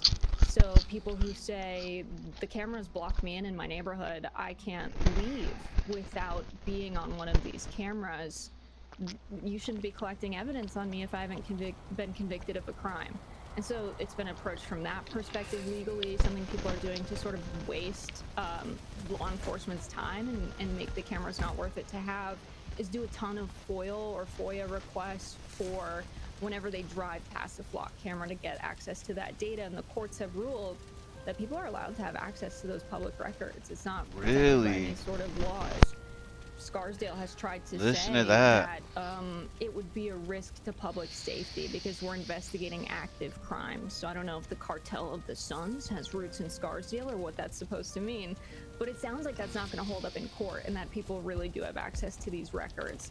So I'm happy to see it's got people with money willing to sue the government over Fourth Amendment concerns, and Eugene, Oregon is another place where they're pushing back against this pretty hard from some other angles. They've gotten several towns, including Scarsdale, to cancel their contracts altogether. So it's headed That's in the what right we direction, I need, think, man. now. That's what we need. We all Jessica need that in Burbank, America. Investigative journalist, contributor to Drop We Site seriously News. all Put a need link, that shit in to America. both We need to your get rid of these YouTube, cameras, man, because like it's documentary on only this gonna and, grow. the piece It's you've only written. gonna Really get appreciate you worse. coming on and talking about it. Thanks, y'all. Thanks for having me. Thanks so much. Hey folks, don't forget to hit the subscribe button and check out our daily show. Whoa, We that do guy's it kinda every day loud. at 12 p.m. Eastern Bro, for about calm 2.5 hours. We even take phone calls. You should check that out. Maybe not so loud. Not so loud about it.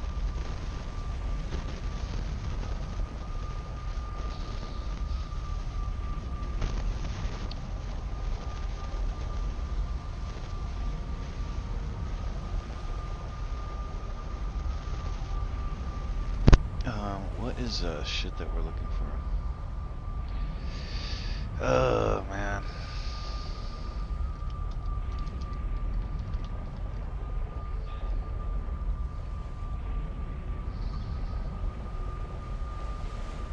Of all the great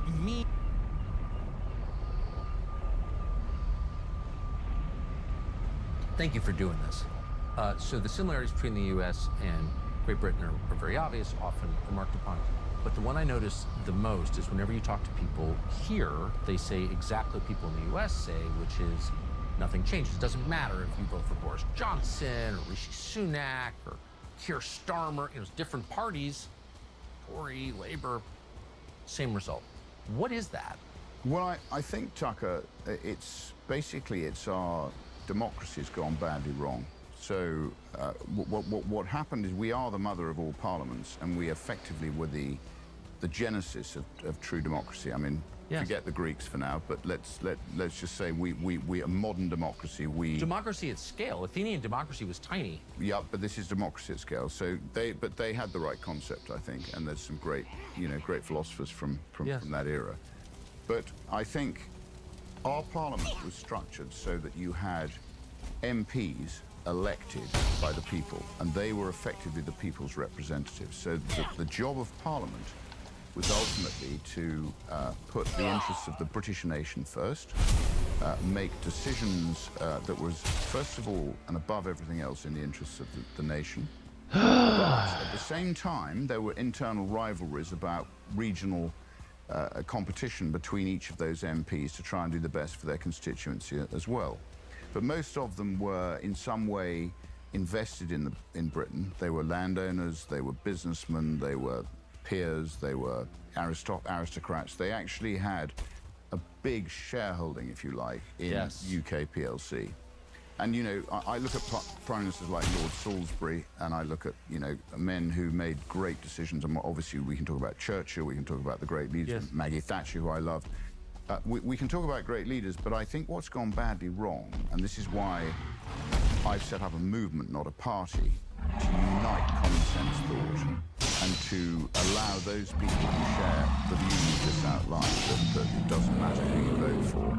The smorgasbord of opportunities that you've got at the moment, whether it's the Tories, whether it's Labour, whether it's the Lib Dems, whether it's the Greens, whether it's the Scottish National Party, whoever, they're all part of this dying sort of remnant of what was Parliament. So I think we've got to have some form of, what in geological terms, rejuvenation and uplift to change the way in which we're governed and make sure that they made empower the MPs, flavored the vapes elected representatives in of California people, illegal, and we disempower and the only vapes you can get are these like Parliament, the Quangos, menthol or cigarette flavored, who are largely or quote unquote tobacco flavored. Whom I now see on the public and it's accounts kind of funny committee. because I think about it, I'm like, the country, who the fuck is buying the tobacco flavor? Run by people who don't know which way is up.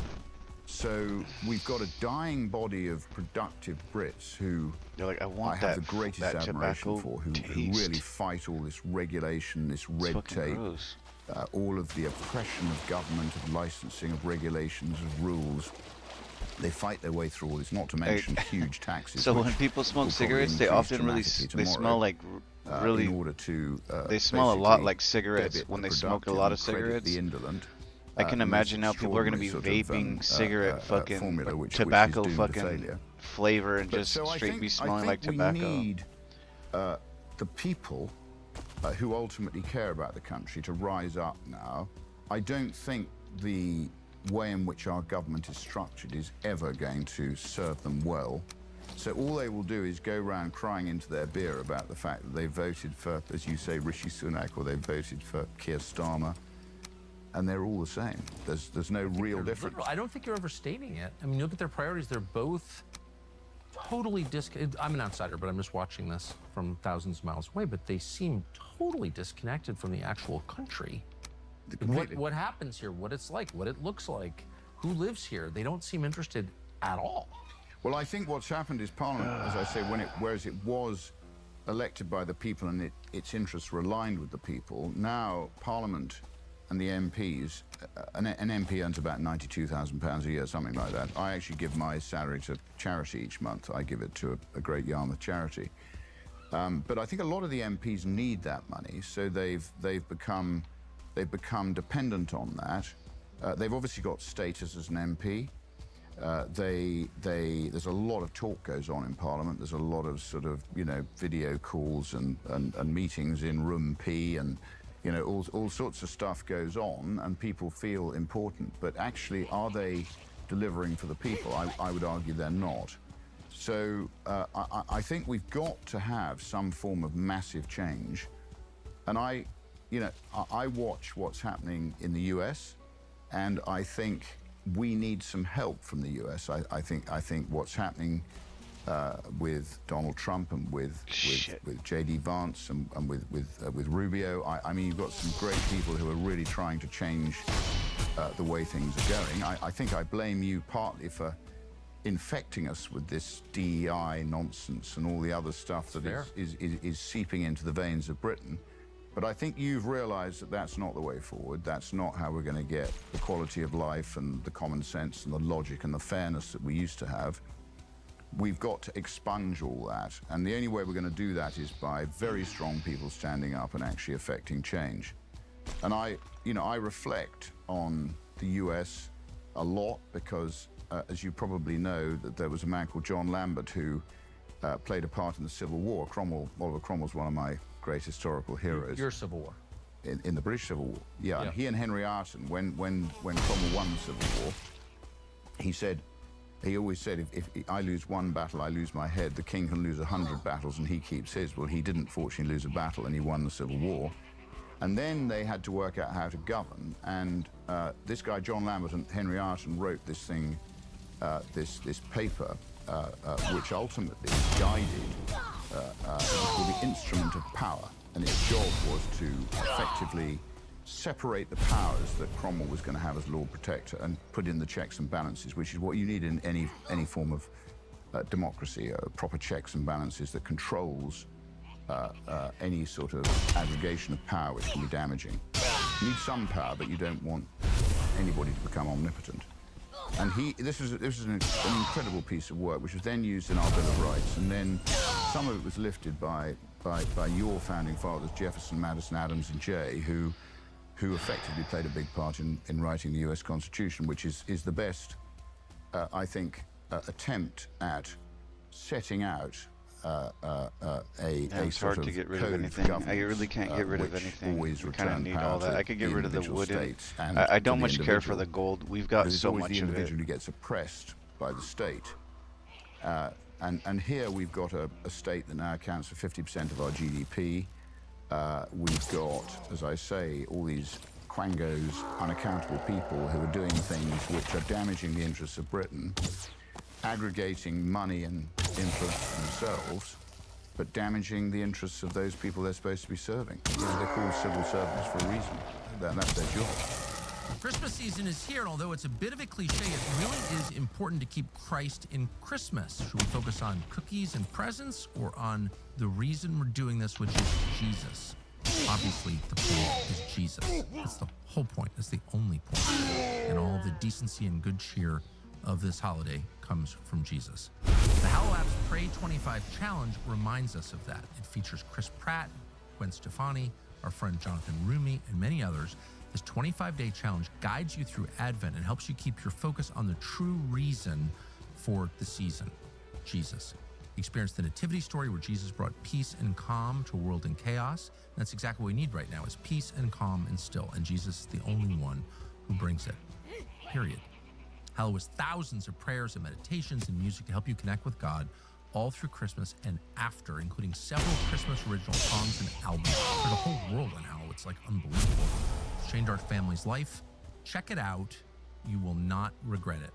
Get 3 months for free at hallowed.com/Tucker. Experience greater peace and stillness this Christmas. One of the, maybe the biggest factors scrambling every one of these calculations and eliminating the historical knowledge that you just displayed is mass migration. This is very true in the United States as well. It's not just here, it's throughout the West. But what is that? That is the one thing that I notice as a foreigner coming here that does not change regardless of who's in power, is this constant churn in population, millions of new people. There's never been any indication that Native Britons want that. No Native Americans, no one in the United States wants that. We've gotten it anyway. In my country, they used to say we need to do this for economic reasons. We need the labor.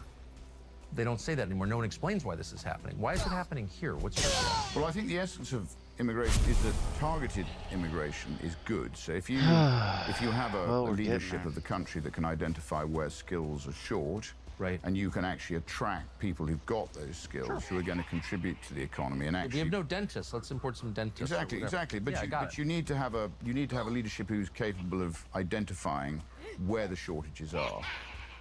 And that's good immigration. It's targeted, it's small, and it basically improves the standard of living and the quality of life of people in the country. Is that happening here now? No, I was just going to go on to say that what's happened here is it's actually been turned on its head. So what we're doing is we are allowing millions or hundreds of thousands of illegal migrants from different cultures to arrive by boat. And really, since the war, we've also brought in lots of legal migrants who have, in some cases, contributed, but in many cases, they still haven't integrated into what Britain is and what, we are a Christian country, we have our history, we have our roots. We're too heavy to pick all this stuff up. Of people from a different culture with a different belief and a different sort of outlook on life. And that's getting worse. You know what? So we are now, and you're seeing this, we're now seeing our best people leaving Britain.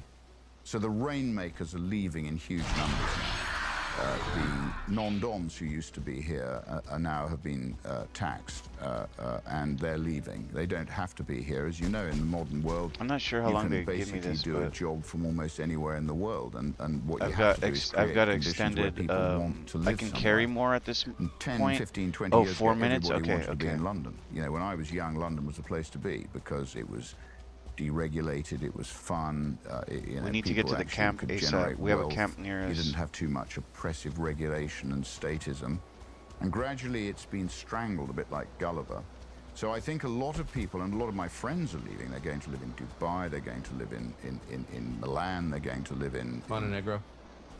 Could be Montenegro, it could be almost Mauritius, it could be almost anywhere. We just sent a whole load of English money out to Mauritius. I mean, they're getting tax cuts out there, so, you know, we've given the Chagos Islands away when we didn't need to. We've sort of, I think, Mauritius perpetrated... is an island in the Indian Ocean, far, far, far away. Mauritius is an island in the Indian Ocean, but the Chagos Islands, basically a lot of Chagossians live in Crawley, here.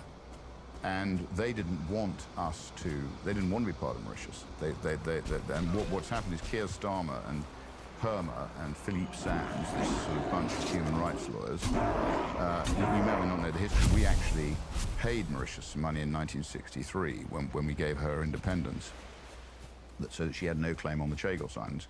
Arguably the Seychelles and the Maldives have a bigger claim on the Chagos Islands that are 1,300 kilometers away from Mauritius. But these human rights lawyers have indulged their fantasies and at the expense of the British taxpayer. I mean, we don't quite know what the number is. It's somewhere between 18 and 30 billion over the next 90 years. We've literally handed that to Mauritius, who've now given a tax cut to their citizens on the back of it. Have you committed a lot of atrocities in Mauritius? No. Why would you owe them No. billions of dollars? It's all about the Diego Garcia base. No, I know the actual story. But the Chagossians, a lot of them live in Crawley here. So, you know, they didn't want the deal to happen. They basically don't like the Mauritians. But if you take 3 steps back, like, why would you do that? You would only do that if you hate yourself. There's no potential for gain at all for you, your children, your country. What is that? Well, I think a lot of them do dislike what Britain was. I think they have this sort of hatred of colonial Britain, which, I mean, if you have a hatred of any form of colonialism, you have to have a hatred of the Belgian a sort of colonization of the Or the Congo, Zulu Empire, or any even empire. France's occupation of North Africa. So, Well, they I mean, still I actually, occupy Africa to this day. they do. No, they do. Yeah, absolutely. But I think Britain may have done some things that weren't great, but on the whole, we've, I think, been a force for good. We've left, you know, sound legal systems in India. We've done good things, not bad things. We voluntarily ended the slave trade. You know, we actually cost us a lot of money. The British Navy was used to police the cessation of the slave trade. So I feel very proud of Britain. I love Britain, and I think these people, these human rights lawyers, I actually despise them, Tucker. I think they're the enemy of Britain, and I don't understand what motivates them. Well, so that's it. It's clearly not a hatred of colonialism because Africa has been colonized at a scale never before seen by China. And they won't say a single word about that. I mean, colonialism will never end. The weak dominating the strong is just a feature of life. It's sad, but that's what it is. They're not mad about that. They're only mad about the West. Well, in the end, history will tell you that we always return to realpolitik. And Yes. realpolitik is basically power ultimately dictates what happens. Of course. And as you say, that's happening. China is very cleverly positioning herself, you know, in countries which are struggling for money. Obviously in Africa, I mean, her tentacles are going almost everywhere. And, you know, I think China, in a way, is an extraordinary economy because you've got this extraordinary relationship between communism and their capitalism, which Deng tried to introduce, which has generated a sort of class of people who, and the Chinese are enterprising people who have generated wealth. But then, you know, you've also got this communist bloc, and I visited, when I was chairman of Southampton, I visited Qingdao, where Southampton's twinned with Qingdao. And it's an extraordinary sort of relationship. So very much the the capitalist is effectively in hoc to the communists. So much they control everything. Looting, man. And if you look what happened to Jack Ma, I mean, he built an incredibly successful business in Alibaba. So I think that their blend of communism and capitalism, which if you dig deep, all their state-owned enterprises are incredibly indebted and almost bankrupt. So I don't think her model is sustainable.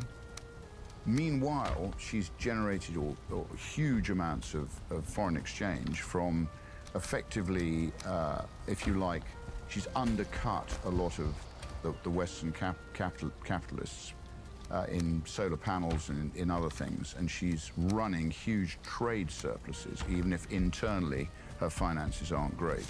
So I don't think her model is a sound model.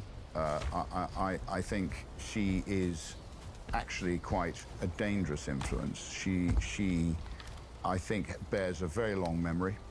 She never forgets what's been done to her in the past, and I read an interesting book the other day by Colin Thubron called The Amur River. I don't know if you've read about the Amur River. It runs through Mongolia. And it's the history of the relationship between Russia and China. It's a very good book to read, but she never forgets when people breach treaties. It may not happen tomorrow, but it's logged, and she remembers. Sell opium to her. And we've done a few population. things. We've done a few things that she won't have liked historically. So I think we've got to be very wary of China.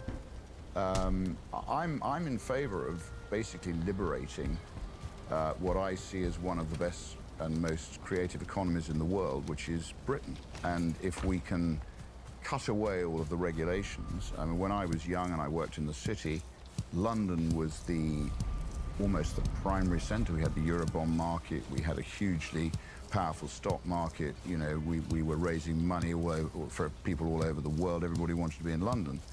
Gradually, the regulatory, and again, you have to blame Tony Blair for a lot of this stuff. A lot of the regulatory legislation, it was called the Financial Services Market Act of 2000, that basically tied the city down, and it started this over-regulation. Yep. Which has meant that London is now a shadow of its former self. So we don't have a position. I mean, NASDAQ has flown on the back of London's failure. You still have a much more capitalistic approach to your financial markets. Ours are now so regulated that they've become arguably more interested in protecting the value of people's pensions than they have in matching risk capital with entrepreneurs, which is what they should be doing. They feminized your finance. No, I've watched. So, but what does that mean? So what is the British economy now?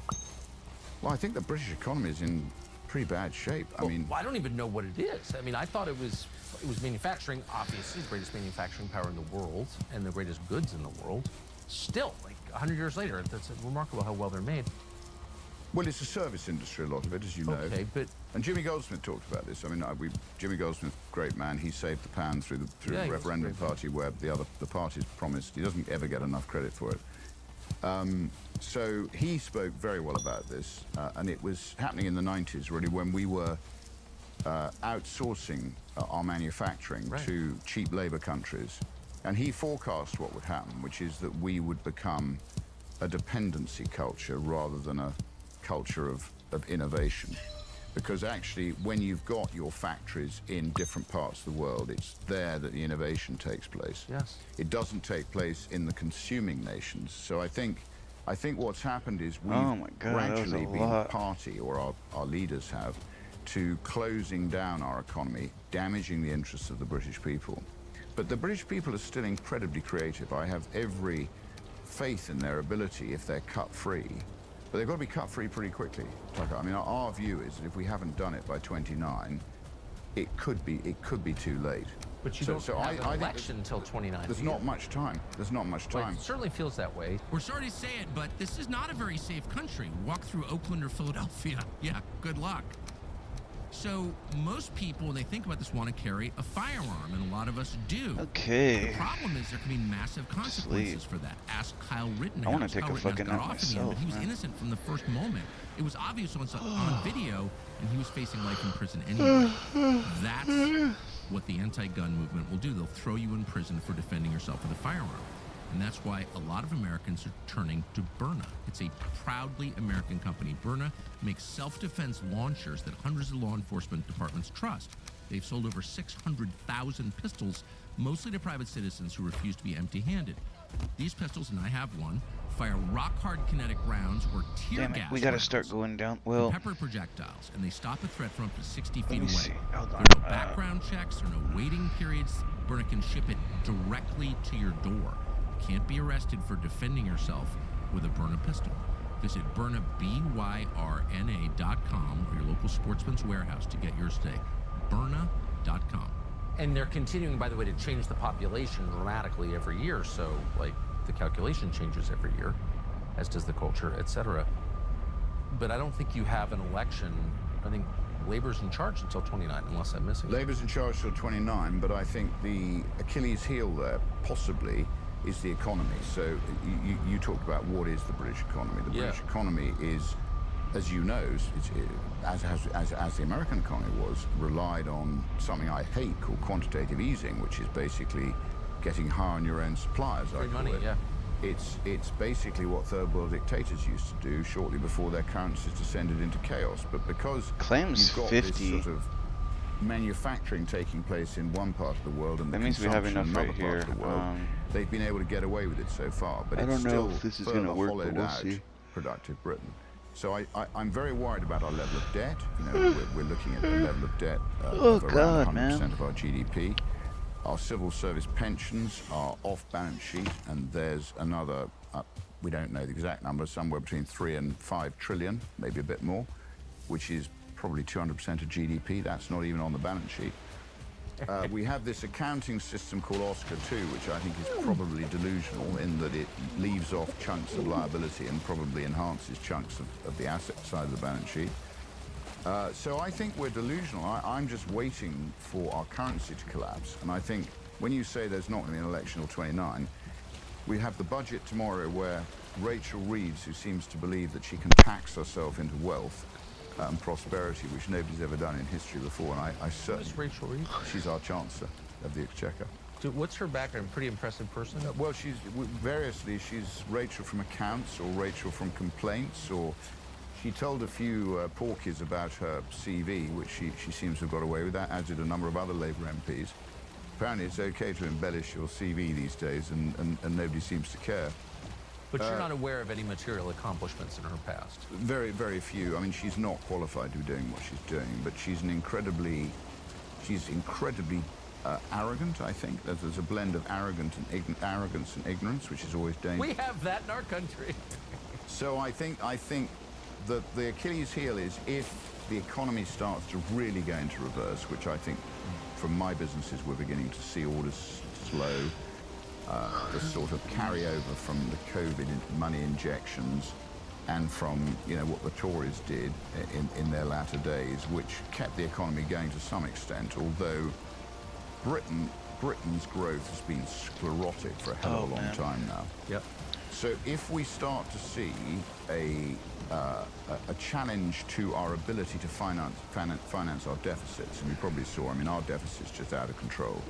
So, you know, it's going up every year. And in the end, if you have a deficit, you've got to finance it. So I always just think fucking, we got a long ass mission, bro. We gotta go all the way around this shit, all the way down here, all the way down here, all the way down here, again, all the way down here. Boom. They demand a premium. Yeah, we gotta go all the way back over other people's debts, over the U.S. debt or German debt, because we cannot carry what they do is all of the metal that's there. There's metal in the spot that we're going to, and it's too heavy for us. Like we had in the mid-70s. I mean, I could have tried to use. In those days, we went to the IMF, and we I could try to use like a crate to carry it, like to run it up, but it'd probably take just as long, and I don't think. And I don't know what kind of shit we're like. There's rivers that we gotta cross. there's many rivers we gotta cross. So I can't take that thing unless we make bridges over here and over here, you know? Put up with that. Well, I'm confused. So you're describing a country on the very brink of bankruptcy and solvency. I think we're very close to it.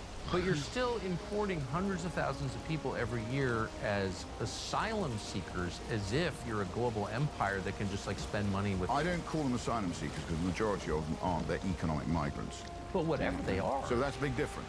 Of course, but I don't even understand how.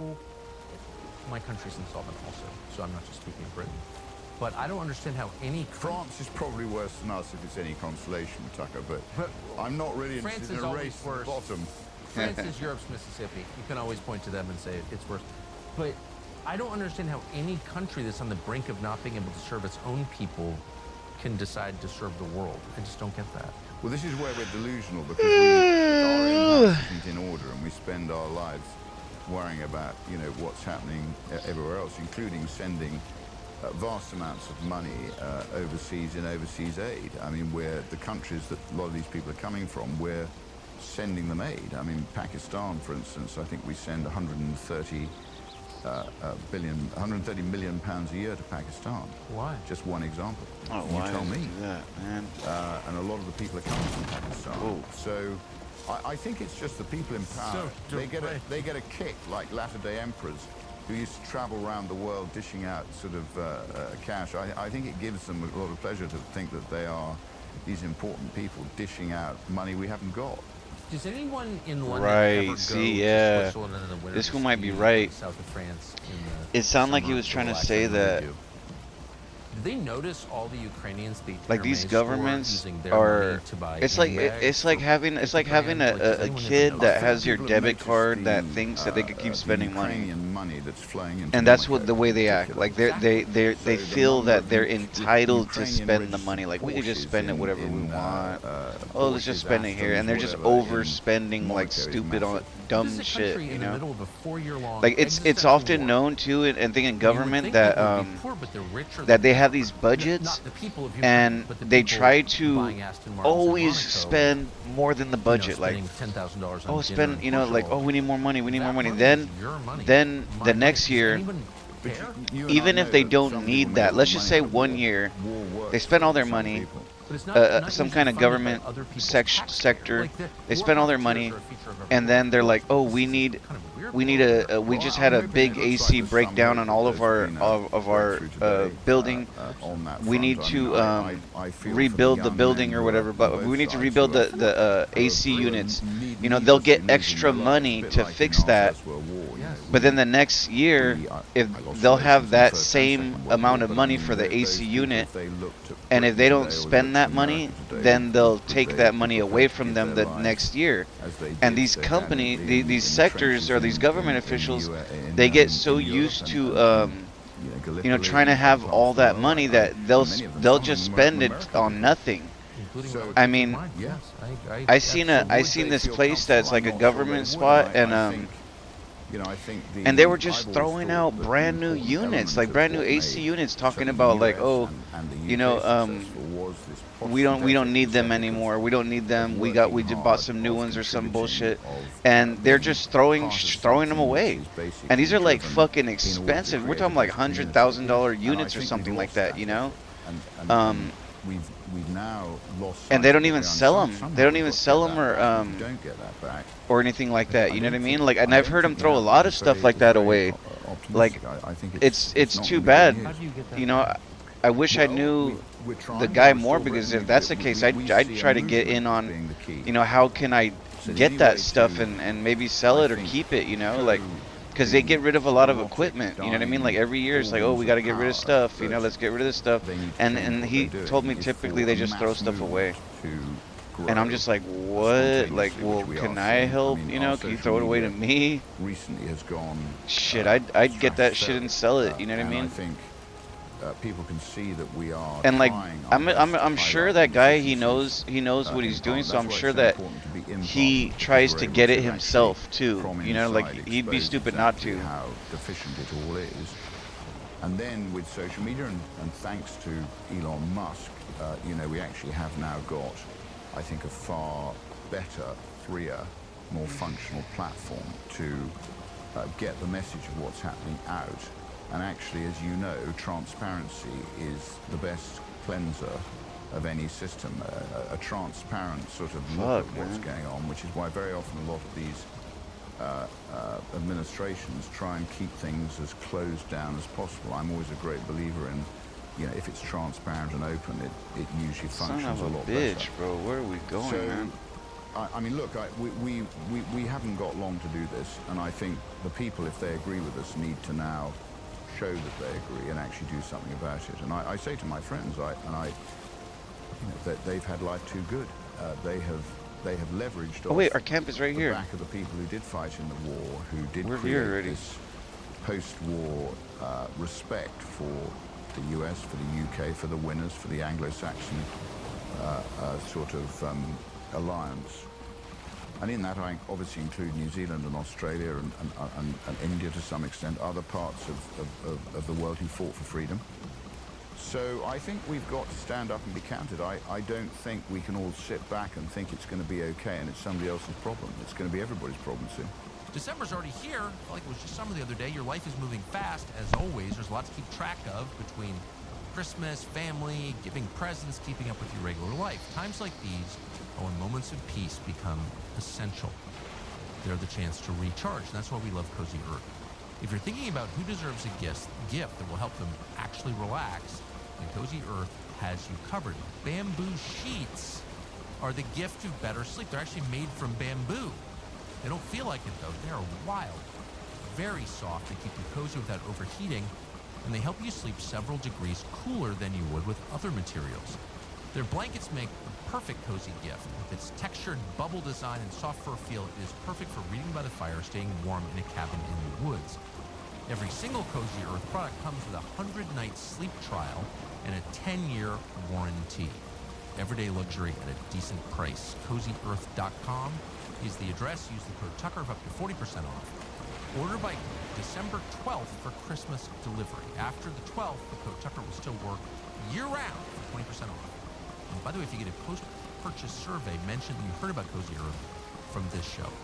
Some of what's happening here is so humiliating, and it's designed to be humiliating, taking migrants and giving them better lodging, better conditions than native-born Britons, many of whom are poor. That almost seems designed to infuriate people. It's too unfair. I wonder, does it stay peaceful, the response to that? Well, you hope it stays peaceful and legal. But, you know, we've seen, and again, in response to the migrants, of course they shouldn't be allowing these people. I mean, we're quite clear they should be detaining and they should be deporting all illegal migrants. They are economic migrants, in my view, not asylum seekers. They've traveled through safe countries. They have no reason to be here. And they should be detained and deported straight away. And I think then we turn our attention to people who've been brought here legally, who aren't contributing to the country. They also need to be looked at, and we need to decide how they work. And then we also need to look at the 9 million people of working age who aren't contributing to our society. You know, they've been told it's okay to have mental health issues. It's okay to, you know, stay at home, not work. 9 million non-working working 9 million people. And so how could you justify anything? We also have these schemes like Motability. I mean, the whole country is basically a fraud if you look at it.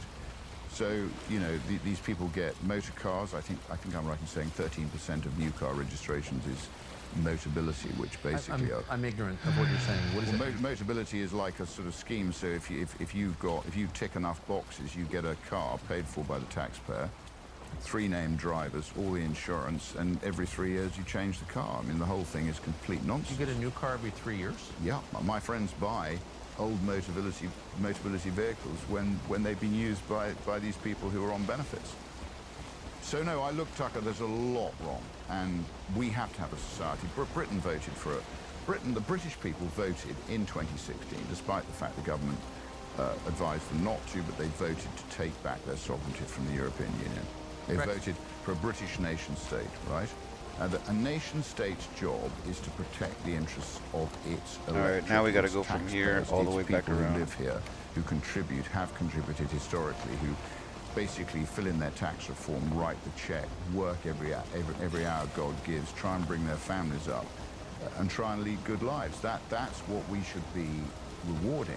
we should not be rewarding an indolent, lazy culture. But as you probably know, the socialist sort of view of life often benefits from a dependency culture, because the people who are on dependency tend to vote for more dependency. And this is why I think, you know, the danger in the budget tomorrow is that Rachel Reeves does lift the two-child cap. So at the moment, you know, if you're on benefits, there's a two-child cap for benefits. She's intending to lift that, and she's then intending to raise the taxes on productive Britain, who can't afford to probably have more than two children, so they can pay for people who aren't working, who want to have more than two children. So the whole thing is completely arse about face, and I don't know how long it can go on before people do lose their temper. Hopefully they will join Restore Britain and give us the platform to be able to lobby for change and to effect change now.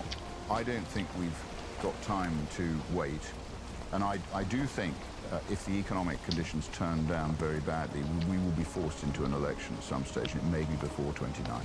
That's the Achilles heel on the election. Where's the fierce island spirit that allowed Britons to rule the world? Well, that is a very good question. I'm not being mean, I'm just being No, I think sincere. It's a very fair question, and I wonder.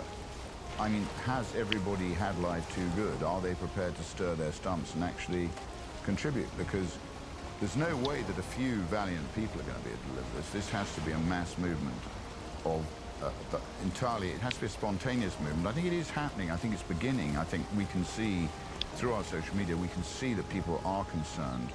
And I don't think it's a big jump from being concerned to actually doing something about it. But how can your average Briton allow its government to arrest people for saying naughty words on social media? Thousands of people every year, thousands.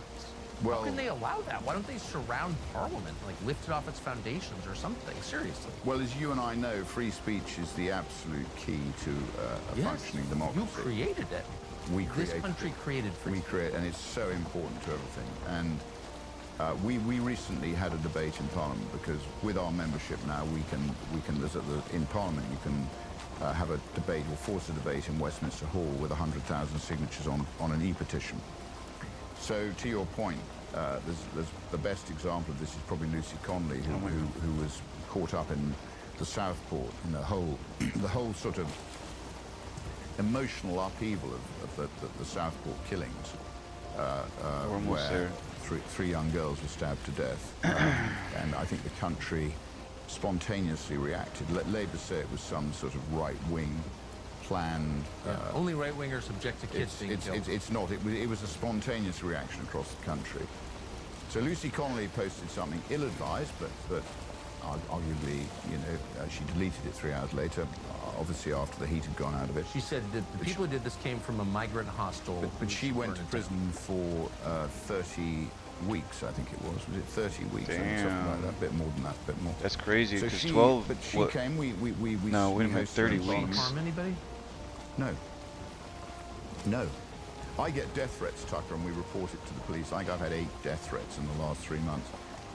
And we report it to the Metropolitan Police, and the square root of nothing happens. So I would have thought people making death threats is far more dangerous than people posting something in the heat of the moment on social media that they then redact. But you're a member of Parliament.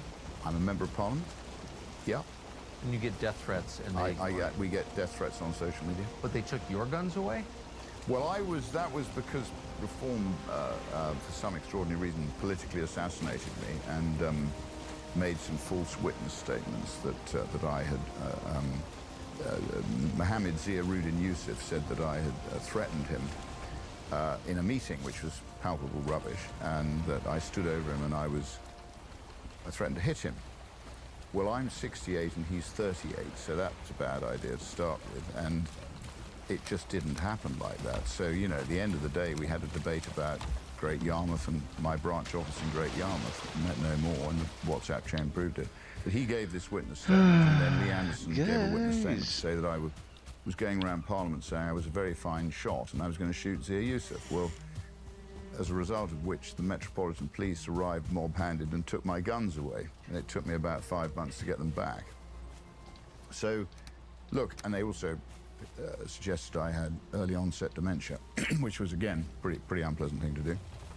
Do they have any evidence? I don't think I've got early onset dementia, not that I'm aware, but I obviously, you know, those people who do have it, it's a pretty horrific thing to have. Oh, of course it is. And if I did have it and they'd said that, it would have been even more unpleasant. So, you know, I hope I haven't got Fair. it. I hope I haven't got it, Tucker. But, you know, anyway, so we again, fortunately, I'm able to fund the legal costs required. I was able to go on the attack. And I think, man, come on. You know, what they did was just morally and in every other way wrong. But this country, its authorities can just show up and take your guns without producing a conviction, putting you on trial, proving you did anything wrong. They can No, this country is going badly wrong. I mean, it is going badly wrong. But I think that's probably a symptom of the fact. You know, we've lost our way. People aren't as principled as they used to be, and ultimately, it's a function of statism. I mean, it used to happen in the Soviet Union when you get central planning and you get Stasi-like behavior. Yes. You get little people making malign decisions behind closed doors and damaging the interests of the good people. So I always say in Russia, when the USSR, that the qualification you needed to best survive was to be a very good liar. Yeah. And I think as a result of that, you know, your entire fabric of your society starts to fall apart, which is what happened with them. Nobody takes any responsibility, and then, what was it, a generation and a half later, the whole thing imploded. But on the way, a lot of people died, and a lot of people had a, you know, pretty hellish life. Not least one of my favorite characters, Alexander Solzhenitsyn. Yes. Who I think made some very, you know, meaningful comment about sort of people being free and equal and equal and free, or not equal and not free, whichever way you want to look at it. So he made some great comments. So certainly did. I think we are suffering from too much central planning, too much statism, and too many small people in positions of influence. Last question. I look at what's happening in Ireland. And I know complicated relationship between the two countries. But what's happening to Ireland with mass migration is basically identical to what's happening here in Great Britain. And it's also happening in Australia and Canada and the US. It's so close, like almost precise. It's the same template. That cannot be enough. Like, what is that? What are the forces pushing that?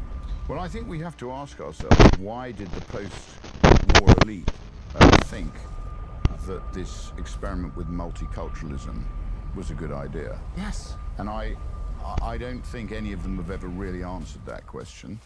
I think, obviously, Ireland is a function of what's happening here. I mean, you've obviously got the wretched Northern Ireland Protocol, which morphed into the Windsor Agreement, which is shocking division of the United Kingdom, which effectively was a if you like, sacrifice on the altar of Brexit. But on the multiculturalism, again, this goes to, you probably know we've got a big... Can I repeat what you just said, because I think I want the question to hang in the air. Why did the post-war elite, I think I'm quoting you, decide that this multiculturalism experiment was a good idea? I don't know. I think it's a thoroughly bad idea. I like so nation states who interface with each other, who respect each other, who respect each other's culture, and who basically, you know, interface with each other like that to try and create this. And again, does it go to the World Economic Forum? Is it the Bilderbergers? Is it the Council on Foreign Relations? Look, where does the truth lie? I mean, I find it, probably like you do, incredibly difficult to work out where the truth lies often in our modern age. Most people want to live a healthy life centered around their community and their family, and they want to, you know, be able to wake up in the morning and feel that they've done the right thing by everybody. But it does seem that there is this agenda to break down families, to break down communities, to create this multicultural world where, I guess, arguably a small global elite are able to exert undue influence on how everybody else leads their lives. That's the only solution I can come up with in my... When they domino and it breaks all the wood, it helps me a lot. It doesn't make sense. Honestly, it doesn't, and I remember hearing hearing people 30 years ago hint that there was some multinational or pan-global conspiracy from the groups you just mentioned, and thinking this is obviously a mentally ill person talking. And now you just watch the accumulated evidence is overwhelming. This is not organic. It's not the product of democracy. Not in the interest of our country. It's not in the interest of your country. And no one wants it. It's not in the interest of Ireland, and none of the electorate want it. So how are we getting it all at the same time? Well, it's a very good question, Tucker. I just don't know the answer to that. But what I do know is the people who care about it happening need to now coalesce and actually start to show those people who are perpetrating this on us that they don't want it. And if that means that they get turfed out of power, that's what's got to happen. We've got to turf them out of power and make common sense prevail. It's common sense we're lacking everywhere. But I think there are, you know, as I said, there are some signs that that in the US, you know, people are beginning to address it and people are beginning to take action. But it's like walking through glue, isn't it? I mean, there's this malign power base that doesn't lie down very easily, and it's always there, waiting to pounce again. Thank you very much, Rupert, for talking to me. That was great. Pleasure. Christmas is back, and so is our merchandise shop at TCN. Visit tuckercarlson.com to see what we have to offer, and it's awesome. Everyone has a long list of people who need to shop. I think this is all we need. Our new line can help you brighten. I would like to get some more of the other fine wood, but I don't feel like fucking sitting there cutting more wood and more wood. It's great for everybody. Ornaments, wrapping paper, Christmas sweaters. Oh, God. For real. The TCN shop has everything you need. Dozens of new styles and designs, perfect for the gift giving and spreading the Christmas spirit. That's okay, we need to turn all this into coal. You have the very best.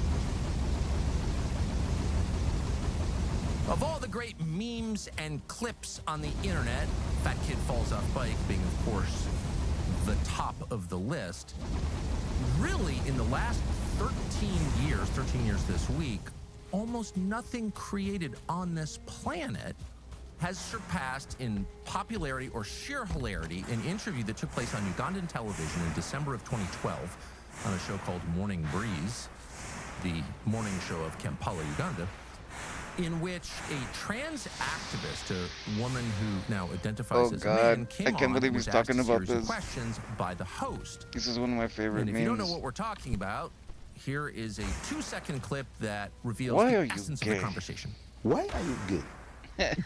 Why are you gay? Let's play that again. It's Why just, are you gay?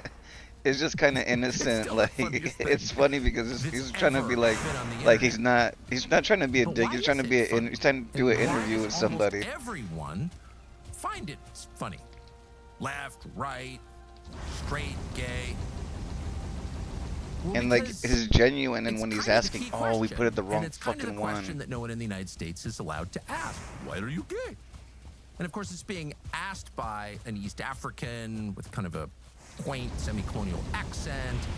And, you know, conservatives can laugh at it, liberals can laugh at it. Really, this is the kind of the only way a white liberal in the United States could ever laugh at a black person. If it's an African expressing non-PC views on homosexuality, why are you gay? And of course, people in the West laugh because the guy's an idiot.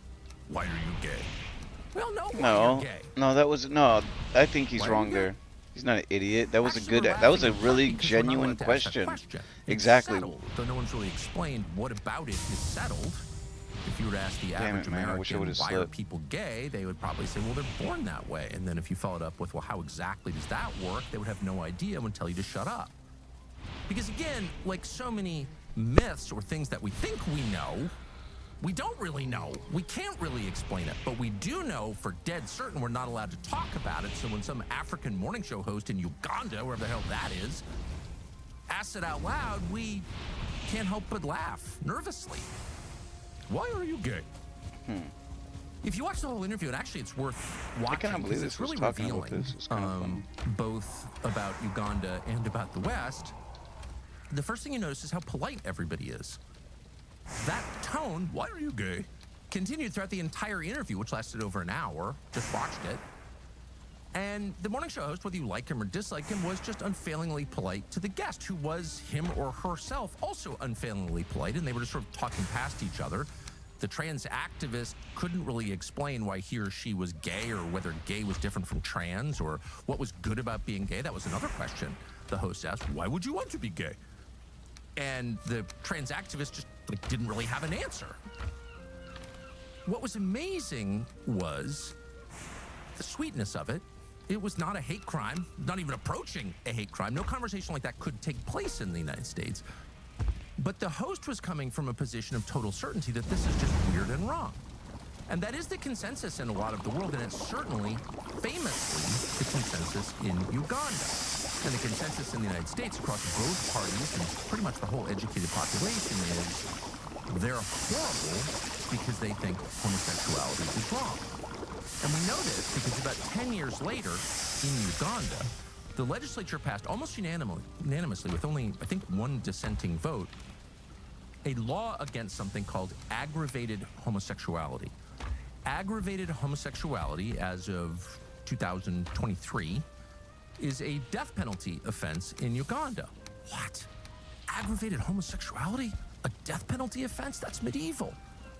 But how is it defined in Uganda? Well, if you read it, and you can because it's online, the Ugandan government defines aggravated homosexuality as gay rape of children, gay rape of the elderly who can't consent, people over 75, gay rape of people who are mentally deficient, and the intentional transmission of deadly diseases to another person.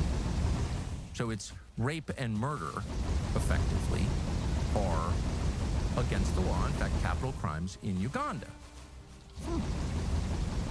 It's a little different than advertised, but you would never know it because the entire American political class erupted as one when this law passed in East Africa, thousands of miles away, with a non-relevant trading partner with no real military. In other words, there's no actual reason to care about what Uganda does, but everyone here did care, bipartisanly.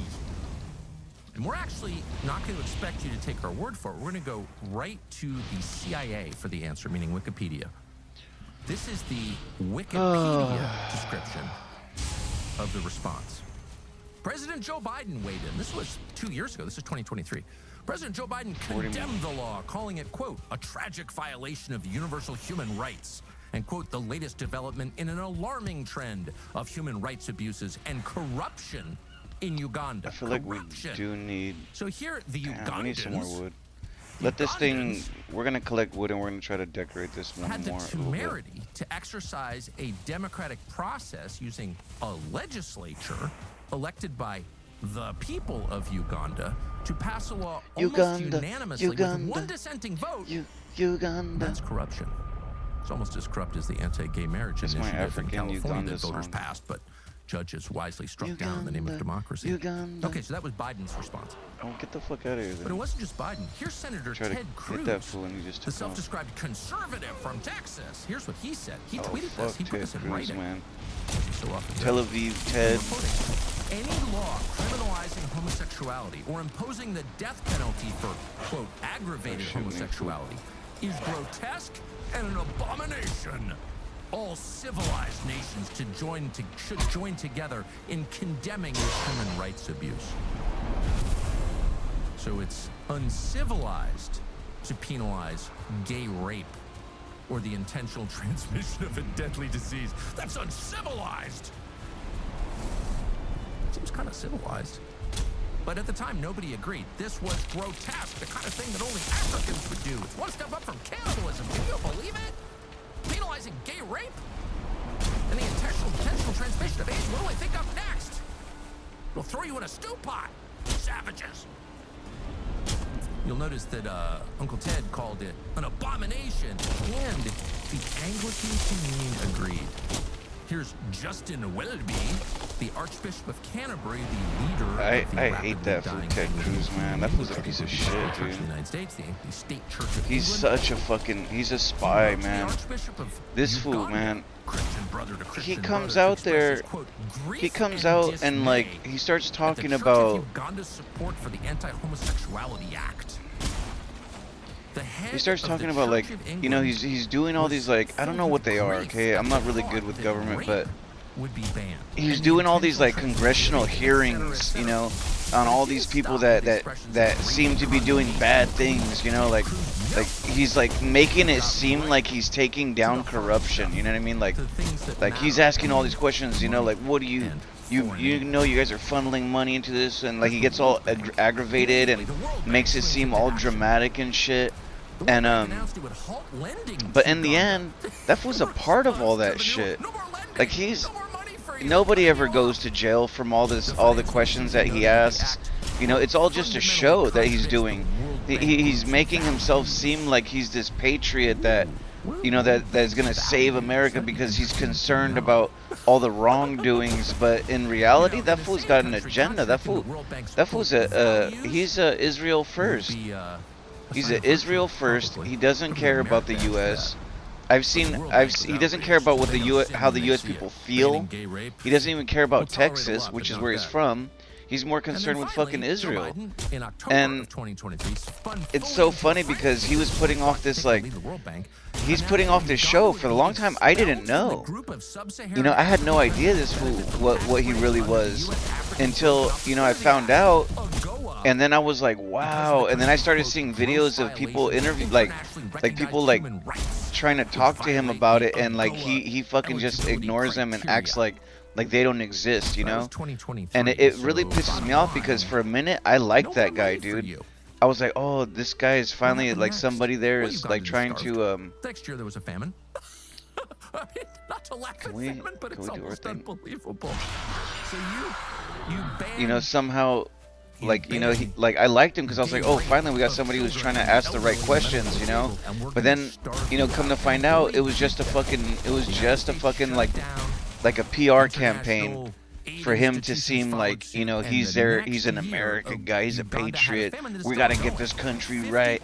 We gotta get this country, you know, on the right track, you know, financially. He doesn't give a fuck, dude. 50%, half of all Ugandan kids are starving. So I hate that guy Ted Cruz, man. I used to like him. Uganda's never been He's a piece of shit, man. Turmoil. Idi Amin was from there. He's a fucking straight fraud. He's an actor. But I'm surprised that fool. I guarantee he's probably out there signing fucking bombs. Collectively withdrew aid from Uganda, billions in aid. They have a famine, and it's all because they banned gay rape of children. Okay, so I guess the point here is our values are pretty clear. We're for this, and we're totally against questioning it. And if you do, we will hurt you. So what is that? Why are you gay? Maybe that's a question worth asking. But of course, nobody has. And then you wake up one morning and you realize that supporting homosexuality, which is very different from like not hating gays. No one should hate gays. And most Americans don't hate gays. In fact, when was the last time you met an American who did hate gays? I don't know I ever have, at least in the past 30 years. No one hates gays. You know a million gays, and some of them are awesome people. Work for you or your friends or whatever. It's not about hating gays. It's about being forced to say this is an affirmative good, and if you disagree with that, then you are affirmatively bad, and we're going to stoke a famine in your country to punish you. That's literally where we are. And some of us should have been paying closer attention as this movement, never formally declared, not the gay rights movement, but the terror against anyone who opposes gay rights, whatever those are, worshiping homosexuality. We should pay closer attention.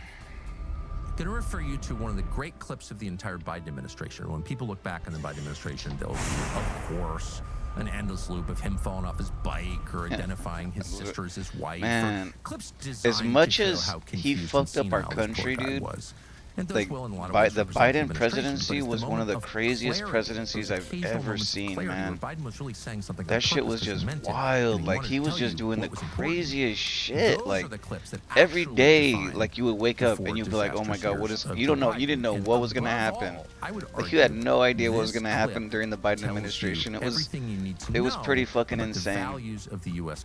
It was really funny, and like, just so much funny shit, dude. Like, it was like a comedian was running the fucking government. Like, but first the clip. It was like what is that called? Downtown Wilmington, Delaware, with his dad. There's an in old British 1962. comedy show, and it was really silly. I forget what they used to call it, but to get a job to be the only white employee in the east side of town, in the neighborhood, in the projects as a lifeguard. My dad was dropping me off so he'd go around the block and run and get the application. And two well-dressed men kissed one another as I was opening the door, and I hadn't seen that before. And I turned around, and one walked off to the DuPont building, one walked off to what used to be called the Hercules Corporation. And I looked at my dad, and he just looked at me and said, "It's simple, honey. They love each other. It's just basic. There's nothing complicated about it." That's how I was raised, for real. For real. It's like it's the greatest clip ever. And there's just so much. I mean, you could really spend all day getting Talmudic on it, just dissecting it and trying to figure out what it means. I mean, there's so many parts to this. First of all, Biden's dad called him honey? Yeah. That's weird. What's that what about? Dad calls his boy honey. Honey? What is that about? And who knows what it means? I'm not implying anything, but it's weird. Right. Well, Grand Canyon That's University is oh not my like god! most See, that's what I'm American saying. It's colleges. so It funny. focuses He on was the just. things that actually I hate, matter. as much as I hated Not what a he did, rip-off. It is the who real he thing. It's was private, just affordable, hilarious. Christian university located Like it in the was just. heart I of mean, Phoenix, I loved one it of the so largest much. Like universities in the I country, kept actually. seeing funny Grand shit. Canyon Like he kept University doing the education more stupidest than shit, and it was academics, just like. it is about opportunity. Oh, the chance man, for it's every just student insane. to live out the right to life, liberty, and the pursuit of happiness. Rights are not given by the government; they were bestowed at birth, at conception, by God. What the fuck, dude? That's just a fact. And Grand Canyon University is not going to lie to your kids and claim otherwise. It tells the truth. Where the So fuck now is you're all the thinking, fine wood that I quality had, man? education is rare, so this probably costs a fortune. Colleges constantly jack up their costs. They probably do the same. Well, they don't, actually. GCU has maintained the same tuition for 17 straight years. They're not in education to get rich at the expense of students. The whole thing is actually about learning. How refreshing. With flexible online classes, hybrid learning options, GCU offers 340 academic programs. Students benefit from a collaborative learning environment, dedicated faculty, personalized support to help them achieve their goals. The pursuit to serve is yours. Let it flourish. Find your purpose at Grand Canyon University. Private, Christian, affordable. GCU.edu. But the main thing to notice is this is 1962 that this supposedly happened in downtown Wilmington, Delaware. And in 1962, what was the state of America's views about homosexuality? Not an individual gaze. This has always been a very, very tolerant country for all minority groups, actually, by any global standard. But the country's official views on, like, gay sex, for example. Well, it was a felony in 49 states in the summer of 1962. The only state in which it was legal, Illinois, had just legalized it several months before. So having gay sex in the United States when Biden claims this happened was a felony pretty much everywhere. A felony. Very few people ever went to jail for it because no one was really interested in enforcing it. But the laws in the United States mirrored those of pretty much every country in the world from then going back maybe to Athens. Like, people have always been against this. It's always been officially discouraged by every single society. The question is why? That's worth a conversation at some point. Probably not just random bigotry. If every society that we know about ever has had an official policy against gay sex or forms of gay sex. Why? Again, can you explain it to me without getting hysterical? Maybe there's a reason there. Who knows? But that was a state in the United States in the summer of 1962. So the idea that Joe Biden's drunk used car salesman dad turned to him, this brutish Irish guy who Biden has described many times, and says, honey, honey, it's just love. It's okay. It's just love. Two guys making out outside the DuPont building in downtown Wilmington. Totally normal. Is so transparently absurd. It's such an obvious attempt to graft modern values onto an antique setting that it's so clearly fake that amazingly no one laughed. But no one did laugh because no one was allowed to laugh. But that's absurd. Ask anyone who was alive in 1962. Just use common sense. That didn't happen. But notice how Biden frames it. He said he was getting dropped off to get a job as the only white man working in the hood. breaking the color barrier. It wasn't just a summer job, it was a victory for civil rights. And he was the kind of guy who would do that because his family had a long commitment to civil rights, as evidenced by his father's kind of casual acceptance of homosexuality. It's just love. It's just love. Okay. So what do we learn from that? Well, we learned that Biden's, of course, a fabulist. We knew that. But in this specific clip, he's lying for a reason to transmit to the nation its essential values. And at the very top of that list is we are for homosexuality. That's number one. It's right up there with civil rights. People get to vote. People get to have gay sex. That's America. That's our culture. Okay. So it probably shouldn't surprise you that the self-reported incidence of homosexuality and its many varieties in the United States rose dramatically during that period. And here are roughly the numbers. So about a little over 10 years ago, 2012, among young people in the United States, about 6% said, yeah, I'm not heterosexual. So that would be in the range that, we've been told for many years was natural, right? Maybe 10%, a little under 10% of people say they're not heterosexual and whatever, gay, lesbian, transgender, bisexual, whatever, but they're not one man, one woman, monogamy people at all. So that was the number a little over 10 years ago. Last year, the number among young people was over 20%. So a little more than a decade, you have a threefold increase, 300% increase in self-identified non-heterosexual orientation in a little over 10 years. What are we looking at? Well, we're looking at demographic collapse, among other things, right? But what is the phenomena actually? Where does this come from? Or to put it in Ugandan terms, why are you gay? Well, let's see. We have been told for the course of my life that you're born gay. It's like handedness or eye color or height. It's just something that you're born with. God created you that way. You are unique. Your iris, your fingerprints, your sexuality, they're all unique to you. And that's something not to be embarrassed of unless you're a white man, in which case, of course, personally, slink away in shame. I don't believe that. I don't believe people or a job. are born gay. I think for everyone being else, gay is your a immutable choice. characteristics are something that you celebrate, that you should be proud It's of. obviously a choice. I not mean, something that you chose. They're not something it's that you hard to changed. explain, but like how And you this is can't. a story that all of us have been told. I and don't most of believe us, people are born included, electricians. I don't think people are kind of born believe that. plumbers. I don't think Okay. people are And if born that's true, of a course, you certain could way. never, I mean, this is why we have free will. show bias against someone on the basis of his immutable characteristics, because that's wrong. It's also unchristian. It's And that free is true. will It is to unchristian choose to attack someone on the basis of something your with which he was born, sexual of course. orientation. I believe. Really, no one has put this in clearer terms than the former mayor of South Bend, Indiana, the former transportation secretary, and as of I today, think that's just the an excuse, like leading this candidate for whole the Democratic like, nomination in 2028, Mr. Pete Buttigieg. it's not a choice. Here he Like, is.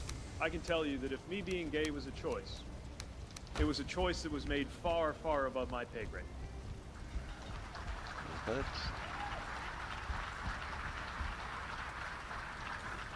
And that's the thing I wish the Mike Pences of the world would understand.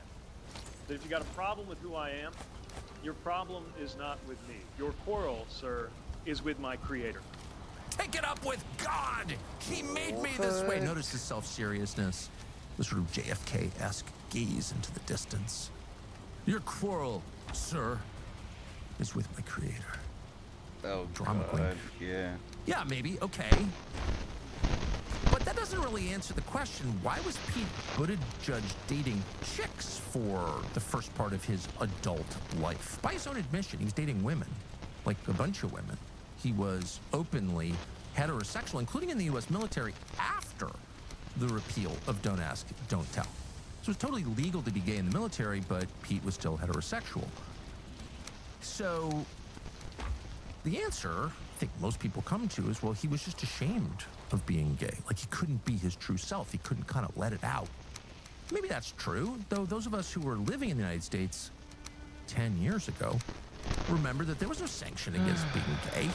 Tons of gay television's filled with gay people. Those of us who worked in television around gay people, great gay people actually, just being clear, really nice, good people, all day long. Yeah, Isn't I it don't- weird about I being don't gay hate 10 years ago, gays. 15 years ago, when Pete Buttigieg was like, I couldn't come to terms with my own sexuality because his parents are so aggressive. No, they were actually some of my lifestyle liberals. They're big left wingers. I've had his two parents. best friends that I Probably remember. unlikely There's that his probably other parents were like, ones, "Don't be but gay, son." I know If two you for a want to fact. show, Two you know, best that we friends that love I had Pure that Talk, it is I amazing cared about a wireless lot service that with were absolutely gay, best and prices.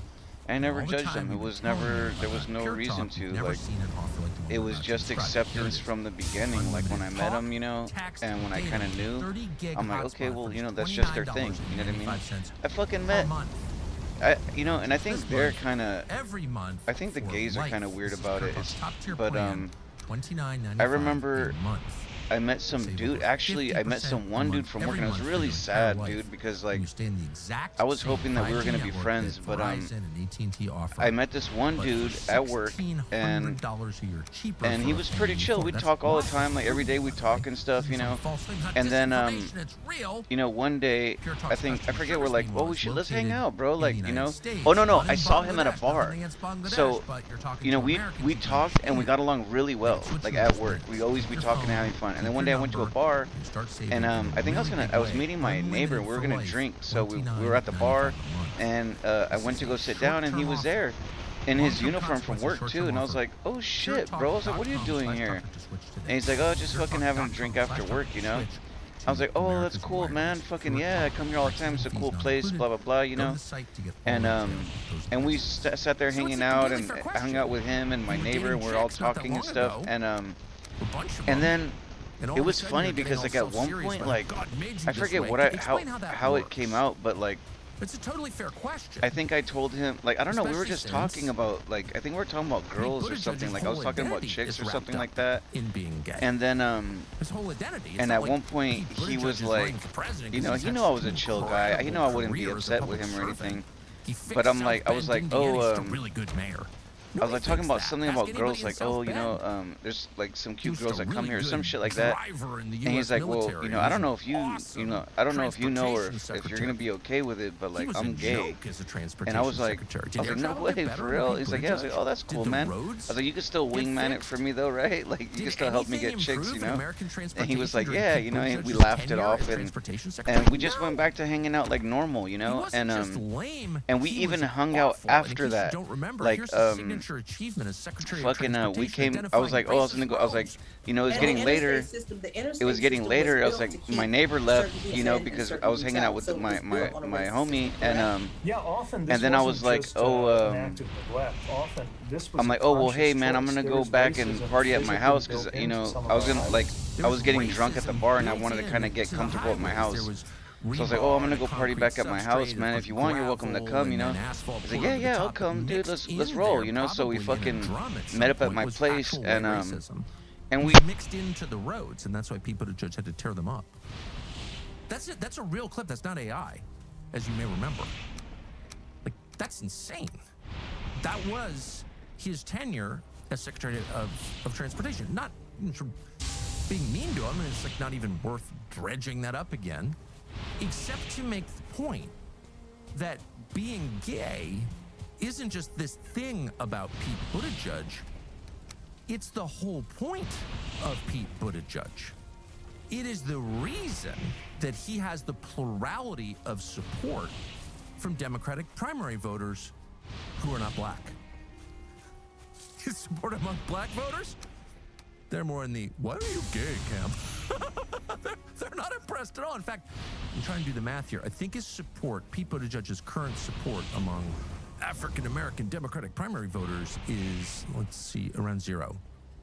So 0% in that range, meaning nobody, like no black people. They're not going for it. Why are you gay? You can almost hear them saying that. But among white liberals, Pete Buttigieg's gayness, the fact he's married to a dude called Jason and has somehow acquired babies, somehow. How do you get babies? Buy them somewhere, whatever. He has these babies. And he is the model of whatever, a modern gay man. That's the whole point. He is a civil rights hero because of who he sleeps with. Pretty amazing. So two obvious points to make about that. First, do you remember when they used to tell us we don't care what happens in your bedroom? Do you remember that? We want to keep politics out of the bedroom. We want to keep politicians out of your bedroom. Yeah, no shit. I've heard that before. Holocaust of abortion, of course. But the line sounded kind of appealing. Yeah, politicians probably stay out of my bedroom. That seems fair. Now your bedroom is the whole point. You got politicians running on what they do in their bedroom. And on the Democratic side, succeeding. So that leads very obviously to the second point, which is there are a lot of rewards in store for someone in the Democratic Party, an ambitious politician, someone who really only cares about the goal, which in Pete Buttigieg's case has always been becoming president. So 30, 40, 50. Looks like we have 50 here. And announce that you're gay? No, no, no. That's like the only way you're going to get to the White House. That's the only way. That's your ticket, being, quote, gay. Huh. So, given that that's obviously true, and given that this guy dated girls as an adult, it's totally fair to ask the question, why are you gay? Like, what is this?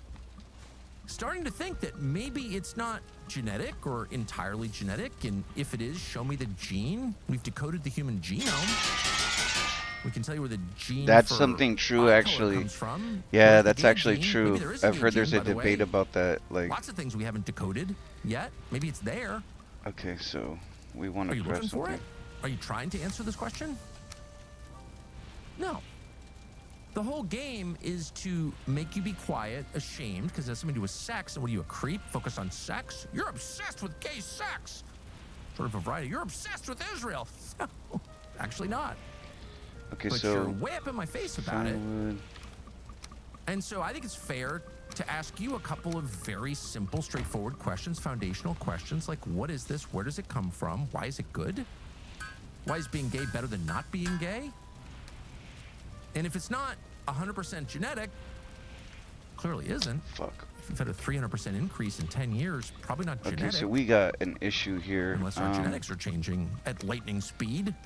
We don't Unless have evolution any of is a that much flax faster and process than Darwin ever reckoned. If it's not entirely genetic, then what are the other factors? And since apart from moral concerns or the concerns of human happiness, does this actually make you happy? And what does it mean to live as a gay person in the United States? What exactly does that look like? Like, what's your life like? How many people do you have sex with? How are those unfair questions? Since you're the one throwing it in my face and telling me I'm not allowed to be against it, maybe I'm allowed to ask the questions I don't really want to ask, don't really want to know the answers to. But since you've made it the North Star of our moral system in the United States, since you're willing to starve an African country because they disagree with it, maybe it's time for me to ask those questions because you push me to.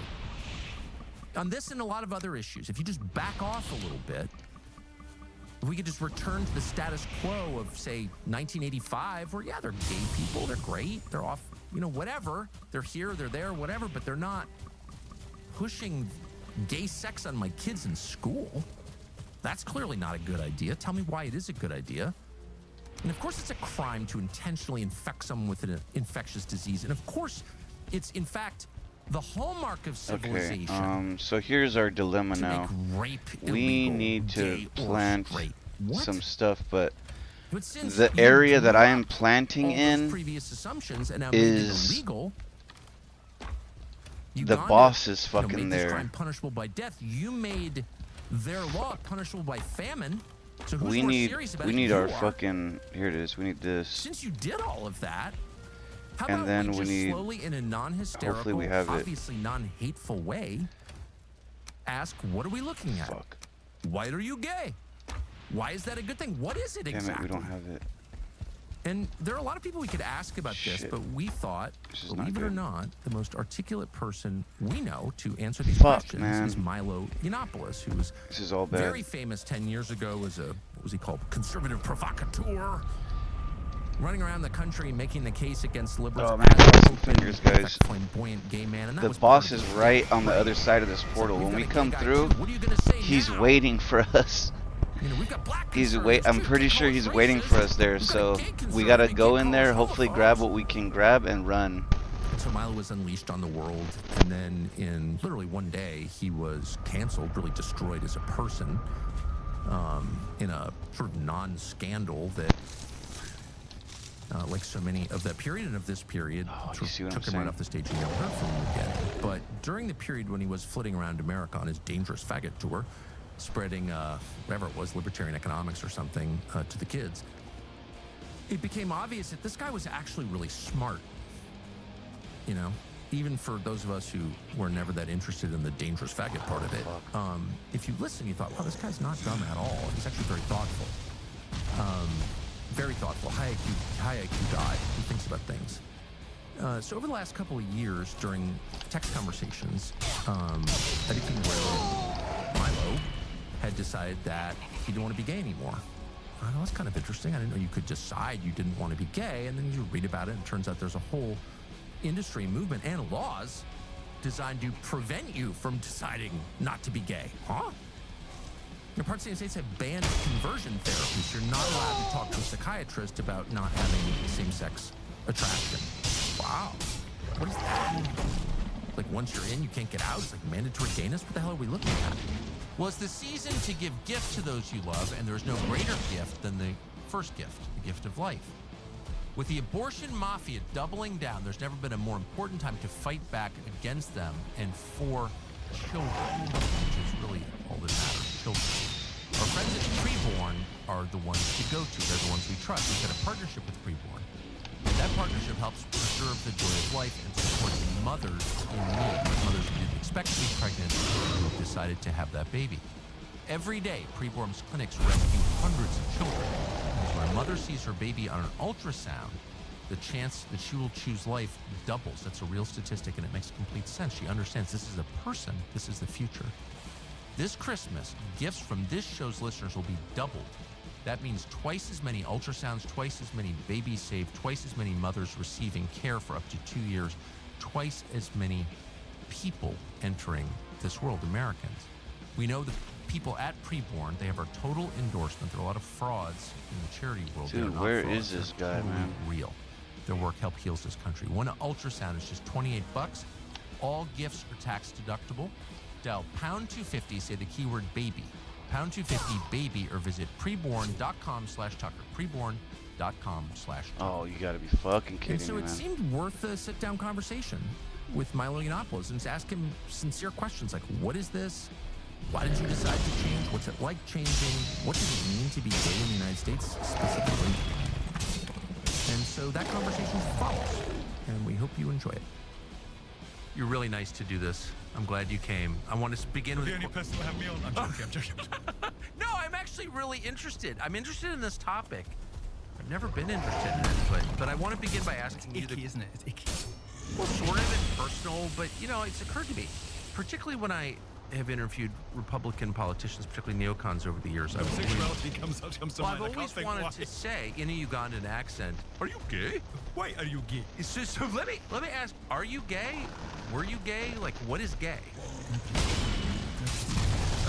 Oh shit, run, no, run, God, please, run. The interrogative to a declarative. He says, why are you gay? And she starts, you know, it starts talking. He says, you are gay. It becomes a statement, and this is where he goes. This is where he loses me because. Fuck, man. Nobody is gay. See, this is what we're watching. This is what we got to get away from, man. Oh my fucking God. No, it's okay. I mean, it's reached. But you invited me. Okay, we just need to run away. We need to run away to another area of the base. Not wanted to be engaged with the topic at all. Another base area here. Super strong. Oh, we cannot. But all of a sudden, this is the only portal on the island, man. The defining fact of the West that we have a huge gay population. Like, what does giving aid with you know with strings attached? So I was trying to what metaphor am I reaching? He's just too quick for me, man. Like I cannot, with all the enemies here. Like it's really difficult for me to make any headway out of here. And with the collapse in people identifying as trans, you're beginning to now see what some of us have always known about homosexuality, which is that this is a product I mean, there are some people, obviously, who were probably always going to be gay. Tammy Bruce. But, you know, like maybe she might be the only real lesbian. She might be the only real lesbian. I believe when Tammy Bruce tells me that she was only ever into women, I believe her. Yeah. You know, and I like her, by the way. I think she's great. But she's like the only real lesbian. I'm gonna try to make a run for With the gay portal. men, which is completely different, we see the numbers go up, the numbers go down. This is not without some change in environmental factors. This doesn't make sense if we believe the old lie, born this way. If we believe what was in fact invented in the 1980s as a public relations strategy, born this way. So what happened back in the days? Gays were in the 80s and with AIDS and all the rest of it, wanting to be out. Come in private on, man. To wear their sins on their sleeves, and somebody came up with this Fucking motherfucker. Which caught on and worked. Whatever, dude. Go, it was go, go. twofold. Oh my God, So man. if we say No. being gay is like being black or being a woman. Yeah. Then Fuck, man. Fucking motherfucker, dude. Fucking bitch, man. I'm so sick of this fucking game, dude. Yeah, every fucking time I come back to that fucking base, they throw a little fucking enemy at me, then I gotta fucking fight the little enemy, and then by the time I'm fighting the little enemy, the big fucking boss comes. Then I gotta evacuate, do a whole fucking circle around again, and the fucking process repeats. Run around, go back in, fight the little guy, avoid the boss, go back in, fight the little guy, avoid the boss. Like, this is the fucking fourth, fifth time I'm running in a fucking circle, man. The problem is that this guy's gonna bust my portal. If he blows that portal up, we're fucked. Don't talk about bodily functions. Don't talk about effluvia. Just talk about love. Stop with the fuck. Oh my God, this broke something. I don't know what he broke. Love is love. Love wins. And we see this to the present day. Never talk about, you know, the stains on the sheets, the promiscuity. Man, what is it? What is it? Get the fuck off of me, man. In Berlin nightclubs. Never talk about any of those things because those things will repel women, and you need. Jesus Christ, dude. To affirm.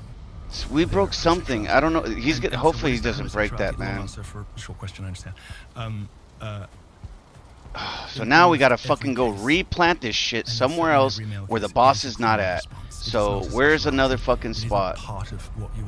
Camp 1. Or a component of your personality. I need to go fucking piss, man. This is pissing me off, dude. It is a set of behaviors that is that emerges. Give me a sec. I'll be right back.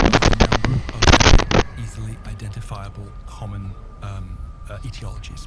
One of them is so for instance among black and Jewish Americans, they report statistically significantly higher rates of homosexuality. Well, why could that be?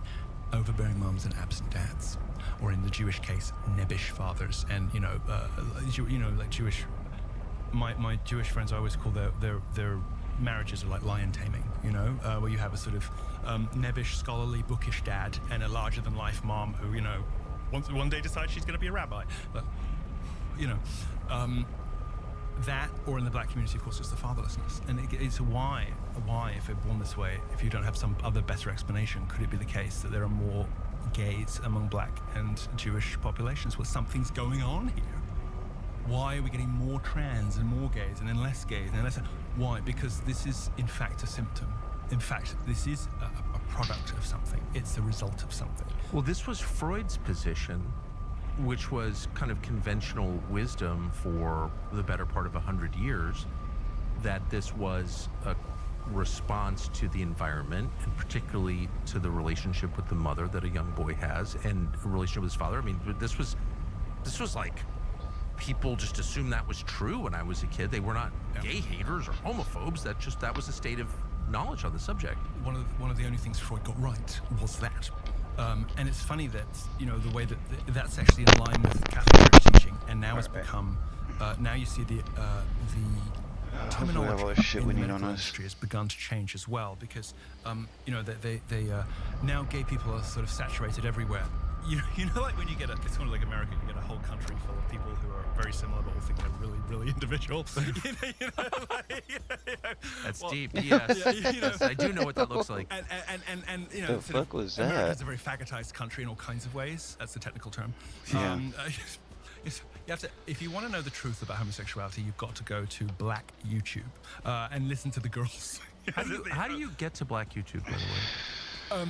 Well, you know, it's a sort of tumbling, it's a tumbling kind of thing. You find one good video by somebody who's like, Steph Curry, you packetized. Sorry, and then.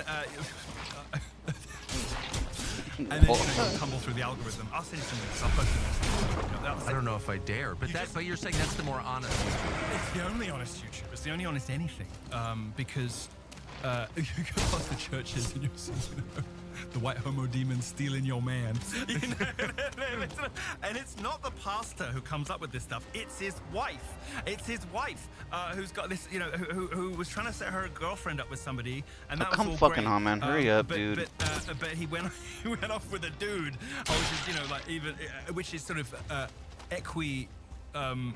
distant for them from going off with a white girl or whatever. But no, the only honest place where you know people will just be like, did it fagotize, you know, and then they'll go and then.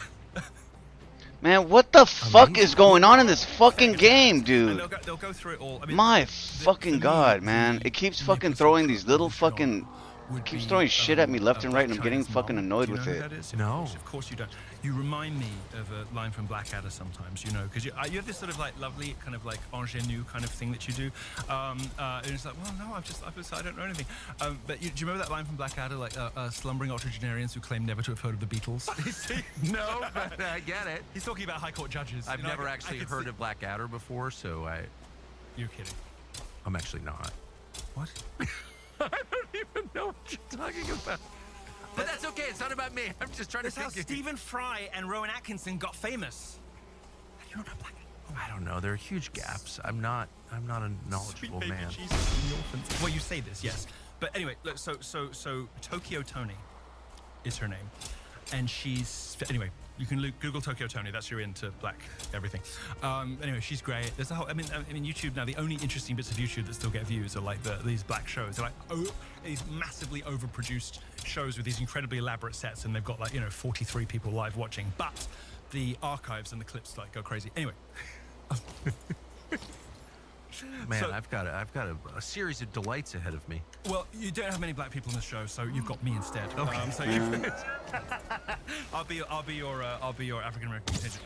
I'll introduce you to these things. So no, I'm kidding about. So this you're describing a world into which a lot of conventional propaganda has not yet filtered. Well, it's or they're resistant to it. It's interesting because why are you gay? Are you gay? The origin of the Born This Way I've just described, I've just explained. Yeah. The reality is that these communities who experience this problem a lot, right? The Black community, particularly because of fatherlessness, a lot of gay Black kids. There's just a lot of them. Have this very blunt and truthful. I mean, look. Looking at me now, it's impossible to imagine that I used to be a homosexual.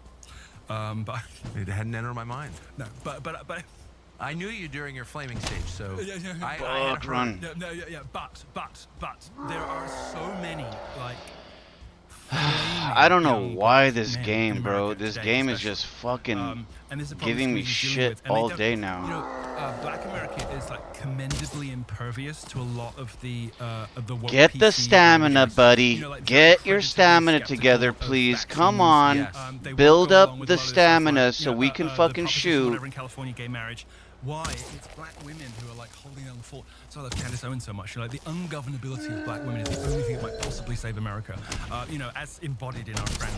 That's Candace, actually really funny what that she's just ungovernable said. in the best possible way. She's not going along with it. She isn't. To put it mildly. Yeah, fair. She is not going along with it. And Candace is a very beautiful, polished, intelligent, sort of microcosm of a trend that you see everywhere in Black America now, which is ain't doing that, definitely ain't doing that. Wow. And it's very interesting. So. Oh, you gotta be fucking kidding me with this fucking game, bro! I swear to God. They kind of intuit what white people, I think, have forgotten because we're just all so so weak and demoralized and kind of overburdened with this nonsense. The truth is that homosexuality, and in particular conversion therapy is the first thing upon which the liberals tried what they later did to Trump, which is just this wall of fake news, misinformation, propaganda. It's the first time. I mean, there's other examples like around wars and things like that, but when it comes to social issues, it's the first time I think the press just says, "Oh hell no!" Well, except they didn't do that because they're white. But sometimes I lose the characters, get confused. I'm gonna put Rwanda away. No, so Oh, this walks away after he fucking harasses me the whole time. Then I fucking just start working him, and he's like, "Nah, I'm good." That we're gonna just lie, fucking and bitch. demonize. So we gotta I gotta fucking plant all this shit and wait for it to go again. We're gonna have to do this shit like 4 or 5 times so we can get against Trump again, all right? of what we need. So they start off with this, you know, you were born this way, honey. You are born this way, honey. You are beautiful, whatever you are. No, you're like that because you got raped by a priest, or you're like that because your mom was overbearing and your dad wasn't around, or you're like that because you failed to form a platonic, stable attachments to other men as a child. For some reason, maybe you didn't have a good male role model or whatever, but there is a relatively small number of identifiable and repeated etiologies that mark somebody out as being, you know, vulnerable to this. And you look into the histories of gay people, they'll all deny it, saying, "Well, that's just me," but it's not, and they know, because I knew, and they know, and I talk to them privately when there's no cameras. They can squeeze it out of them eventually that you get there. Yes, there's something about their sexual activity they know isn't right, and it's not just in the technical sense that the sex is sterile and therefore can never be part of the holy sacrament of marriage, because it can't be co-procreation with God, right? Yes. Co-procreation with God meaning, you know, you make a physical body with your wife, but then God puts a soul in. Right. And that's why it's the most precious sacrament, because, you know, you do the others, you do your confirmation, all the rest of it, but it's leading up to you getting to make something with God, right? Which is the real reason that Lucifer's so mad, and because the angels can't do that, right? The angels don't get to participate in creation with our Lord, but every single human being does. And you feel that too when you have kids. You, even if you don't know what it is, you feel there's something supernatural going on here. This is gonna sound completely pathetic, but I have some kind of pathetic simulacrum of it. Now I've become a cat dad, just in the terms of like caring for something helpless. Yes. And it's bringing out of me something that I know is going to lead to fatherhood, because I'm responsible for this being that loves and laughs, and they do, you know, and requires regular, not just maintenance, but affection and to be tended to and loved. Like, I love dogs. I used to be more of a dog guy, but I live in a house on the National Register of Historic Places, so I can't have dogs. I got a cat one day, you know, just because somebody found it in an engine. I was like, I'm so alone. So, you know, I said, "Sure, I'll give me the damn kitten."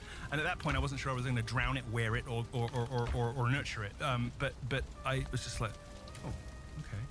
And being responsible for shaping the personality, which anybody who has animals, who loves animals, knows that is 100% real.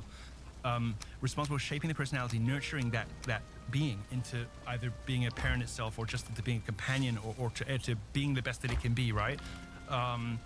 It's bringing something out in me, you know, that wasn't present when I was having a lot of what most people would regard as, well, what homosexuals would regard as very desirable kind of sex, you know, with a particular kind of person or whatever. So this, wow, you listen get to to the this base guy's of it, saying. That's and, crazy. You get to the heart of it if you're sort of one-on-one with the gays. They won't just talk about the emptiness of their life or the fact that the sex is sterile or whatever. They will know that there's something not quite right, and that its origin is there at something that was not quite right. Have you ever been addicted to anything? Oh yeah.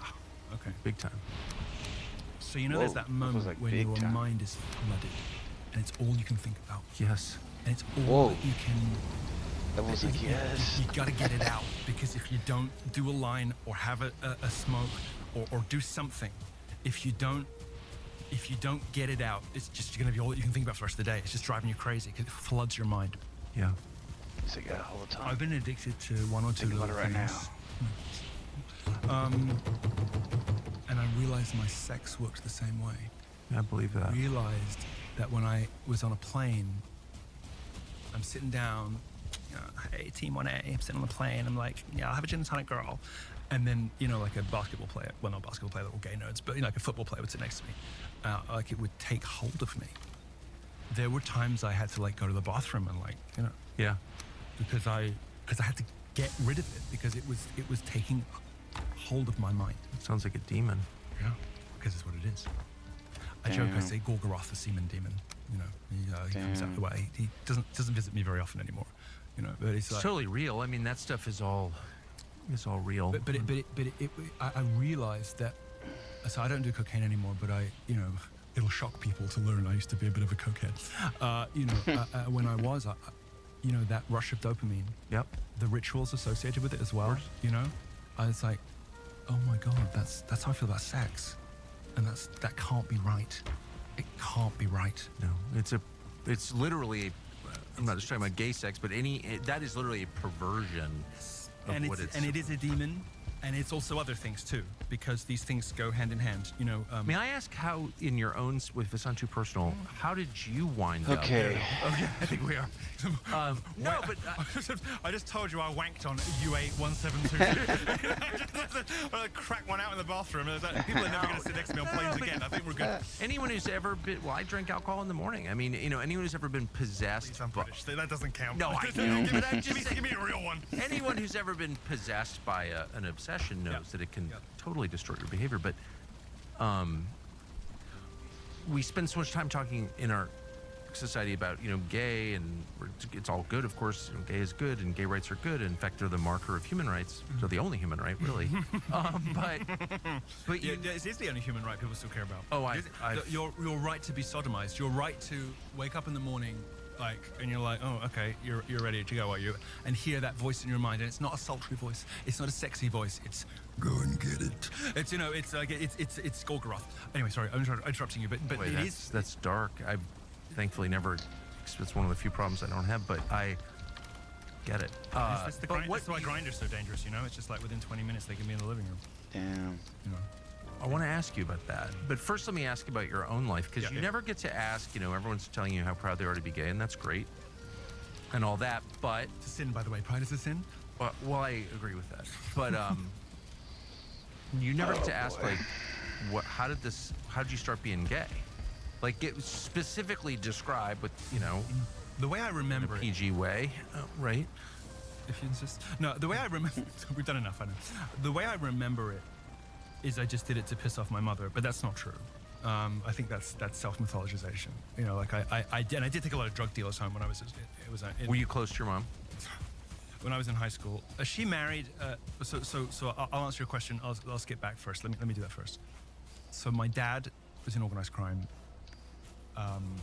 Funny, charismatic, brilliant. There are things about maybe Alex Jones that remind me of him a little bit. Just in that kind of just in manner, like a bit of a bruiser but with the heart, like he's a bad guy with a heart of gold. Yeah, I've known a few. Yeah. No, I cleave to that kind of personality. It reminds me a little bit of the good bits of my dad, right?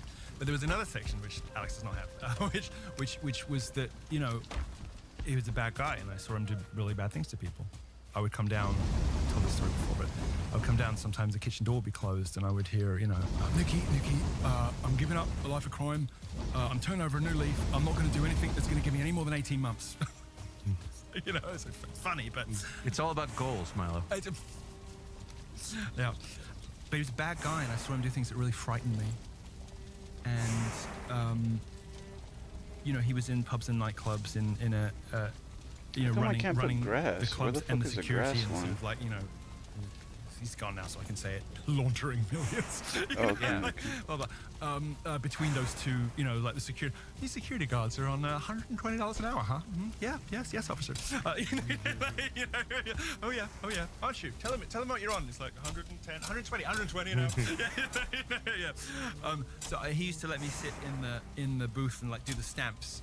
And I would watch people go in, and I'd watch the behaviors of low socioeconomic, white, working class, in their 20s, just drinking, effing, and And then I saw some of the things my dad did. And they would start with that joke. They'd start with that very charming joke. They'd start with that alluring joke. And my dad had like a degree in, my dad had a master's in fine art. He was a great sculptor and painter. But that was the charming bit of him. The dark bit was, you know, like he would say to people, can I use bad language on the show? Oh, yes, you may. Because you can bleep it. But my dad would say like, listen, just because you're in a wheelchair, don't give you the right to be a cunt. And he would grab the wheelchair, spin it around, and like walk people up to you know, like to parking lot edges and stuff like that. And I'm sitting in the car like, you know, or he'd go collecting, yeah, which means protection rackets. And he would, you know, I would overhear like, Julian, could you take your glasses off, please? I don't want to get glass in my finger when I poke your fucking eye out. You know, like, it's very charming, very funny, like very Tony Soprano, kind of like that kind of ilk, you know. But I saw some of it, and I think maybe somewhere in my head I was like, yeah, if that's being a man, I think I'm out. You know, because I was a child, I was frightened. And then my mother left him and married a new guy, and he was very like, he's sort of a nice guy now, but he would go through all my stuff, like if I had papers, you know, if I was reading something for school or whatever, he would like, when I was out, go through every page and just sort of leave it like this, just that I knew that he'd been in there, you know? And that kind of like invasive, like just horrifying, like, yeah, it was just, for a very sensitive autistic child like me, you know, already on my way then, you know, I had a much larger than life grandmother who was like, you know, egging this stuff on. And by this time I had had some sexual interactions with a Roman Catholic priest, who's dead now, been dead for a long time, but that had obviously, you know, that fed into it as well. Wait, stop. That obviously fed into it. Right. Well, if you're being molested, yeah. Well, yeah. Also the molestation. No, but really for me, this is why it's important to do the other stuff first before you get. Oh, and I was raped by a priest. But this sort of psychological torture, as I experienced it, was, you know, sort of like, so I had no private space anywhere, and I knew that all the men in my life were just not things I wanted to become. Yes. And then I cast my, see if you let me get to it. Then I cast my mind back to a lovely old rich man in a frock, Father Michael, and I, who had not been like that with me. And one of the things that got me into trouble 10 years ago was when I said I felt like kind of the aggressor in that situation. I didn't know what bad stuff it had done to me, and at that time I didn't. You know, I made a couple of jokes that got GOP Inc. Hot and bothered because they're all faggots. And they weren't happy about some of the truths that we're talking about today kind of toppling out, you know. And so these things combined, having what I perceived to be at that time, I perceived as a child to be consensual sexual experiences with an older man who was a kindly sweetheart, you know. I think of him now as a harmless old queen, you know. Of course, what he was doing was not harmless. Well, you have a right to any opinion you want about the experiences that happened to you. Well, apparently not. Oh, well, I've been retired for some time as a result. You know, well, I continue to believe that people are allowed to formulate their own opinions about their own lives. I think you should be able to talk about your rape if you like. You know, I kind of agree with that. And not necessarily have to go on live international television and apologize for it like I did, but I'm not bitter. Fortunately, I carved out a much... I have a new kind of career and a new life now that I much prefer. It's more satisfying, lucrative, blah, blah, blah. We'll talk about it later. So I haven't gone crazy like so many of my friends. Yeah. And it's funny watching them because I see some of in the way that their personalities have become kind of empty and sharded and become filled with wickedness, I see some of the things that I have been working over the last 10 years to get away from that created this sexual behavior. They've become faggotized, you know? Well, there does seem to be a connection, but it does, you know, the incidence of closeted homosexuality on the right is like overwhelming. It's like way above what you would imagine is statistically probable. 3 straight guys on the right. It's like Alex, you, and I have a floating wild card just in case I forgot anybody. You know, like, who else is there? Who else is there? I mean, maybe the Tates, but who else is there? What is that? I don't understand. There's such a long there's such a long relationship, a long happy marriage between conservative politics and homosexuality, and it's easy to joke about it and say, oh, it's you know, all of the bells and smells and frocks of the religious dimension to it all, or it's the pomp and circumstance of power, or it's but the New Testament is really tough on homosexuality, so I don't see it as certainly not a Christian thing. It's not a Christian thing, but of course it's easy to understand with the sort of obscene, obese heresies of the type that obtain in this country. I mean, in a country where prosperity gospel can thrive. You're right. Who would be surprised, right? It's not an authentic faith as we would know it. I sometimes tease you about your denomination, but Episcopalian Church is as close to us as it's possible to get, and was designed to be a mirror to High Anglicanism, which was indistinguishable from Catholicism. And you know, at its best, it's a very similar creed, you know, and with very similar style and similar beliefs, you know. Yeah. So, but as soon as you wander away from that, in America, just like mental. So, but what is, and I'm not attacking anybody, and I never want to out people because I don't, you know, it's not my business, right? I've never done it, and I mean, maybe I live to out people. I live to out people. On which subject? Cory Booker. Did you see? But what is that? Why is it so common on the right? Well, of course on the left too, but on the right with closeted gays. Like, I don't get that. Interesting question I've never heard a really good answer to. I'll be honest with you. I suppose I should have a good answer to that, but I don't. And I think if it's about anything, it's about the exercise of power over others. Yes. Because I feel that. I have no idea exactly Oh, why this that's was true. breaking down my What's fucking. the worst thing about magic? It's not that you can turn a person into a frog, or you can make yourself look more beautiful, or you can whatever. What's the Bro, worst give thing me about a magic? fucking Is that it break, robs man. This others of fucking agency. game They is can so make them retarded, do bro. things they don't I wanna can't do. fucking The kill worst him, and most dude. Sinister bit of magic is that you can trick someone or compel someone against their will to fall in love with you, or to throw themselves off a cliff. It's a kind of slavery, yeah. Exactly.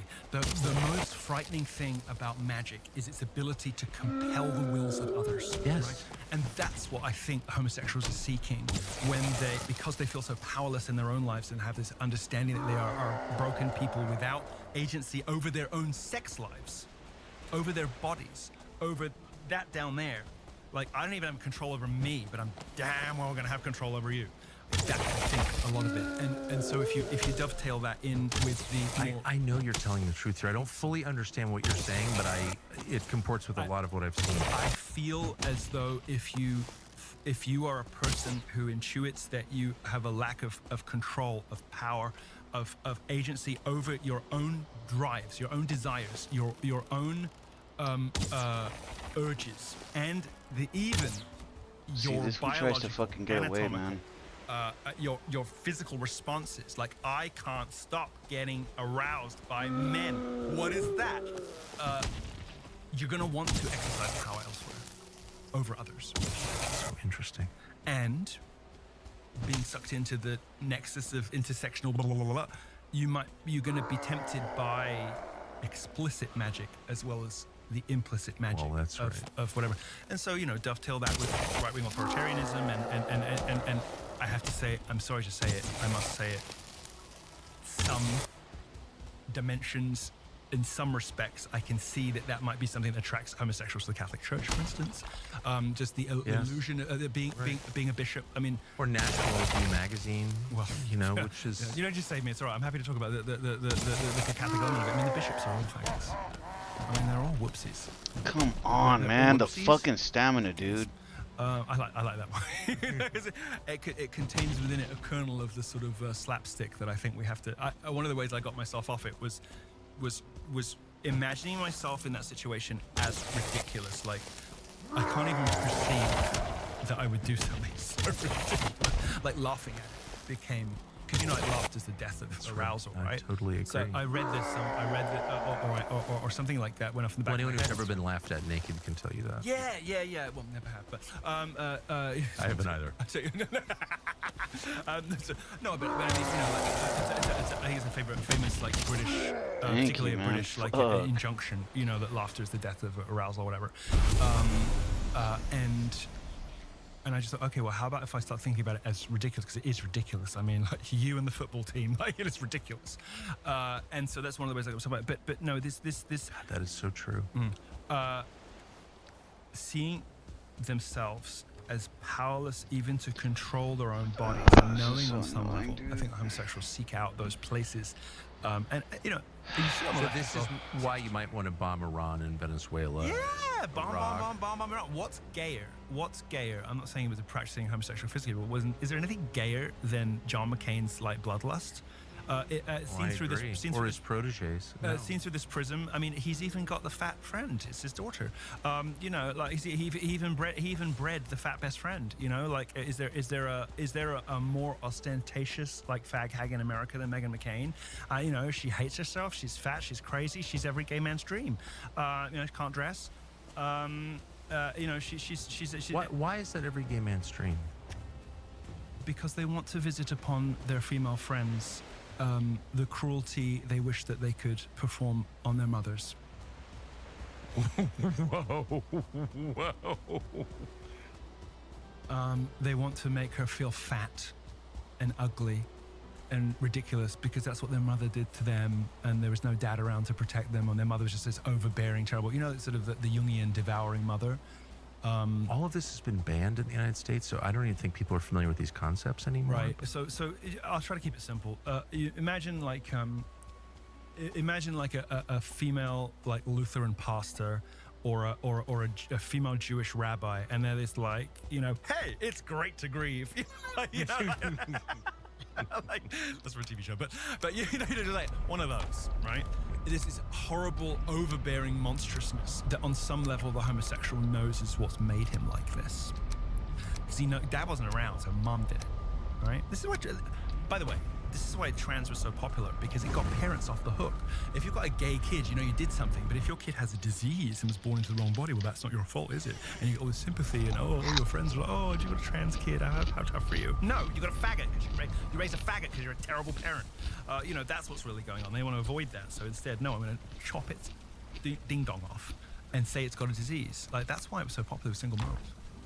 Amazing. Amazing. That's why trans was so popular with single moms. Because it got them off the hook. It means they didn't turn their son gay when they know they did. They know they did. They know they did. And the sons know they did. And the sons grow up being cruel to women because of what mom did to them.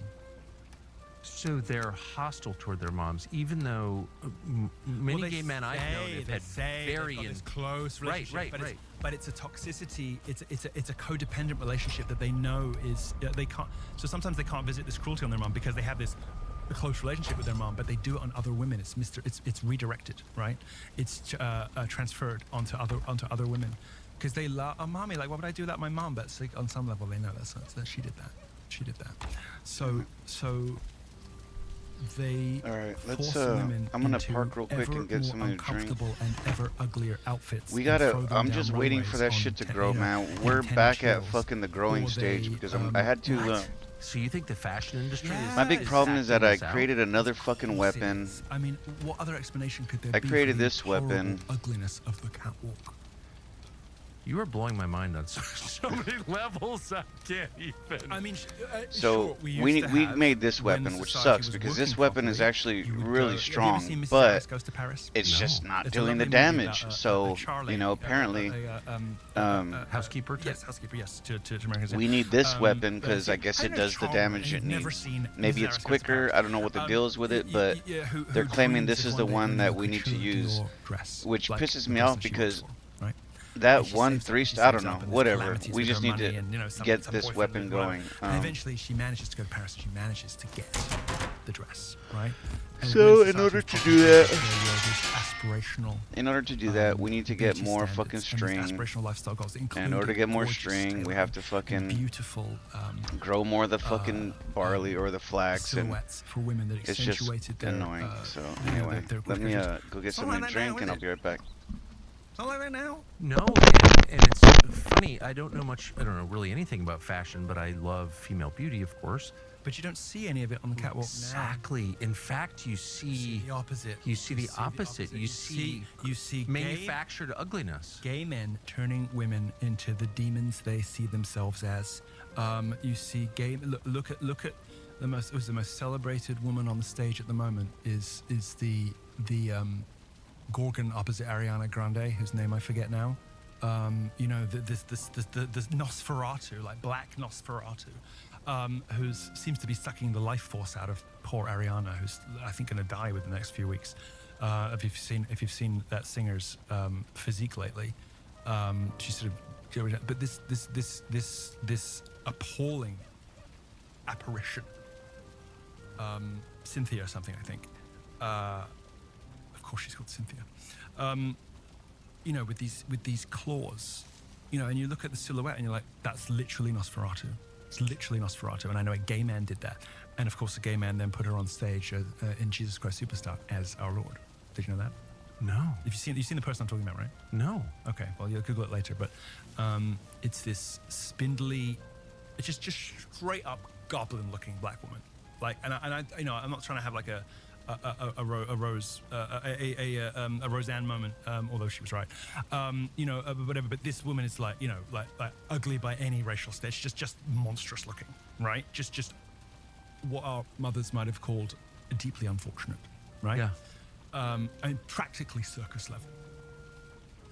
And of course, she's the heroine of the billion-dollar franchise now, Wicked, and she's on stage as Jesus. Which so it's an act of hostility, is what you're saying. Exactly. And so these gay men who feel the will of Gorgoroth inside them is like, do it, you know, and who go turn these women into the demons they see inside themselves, you know.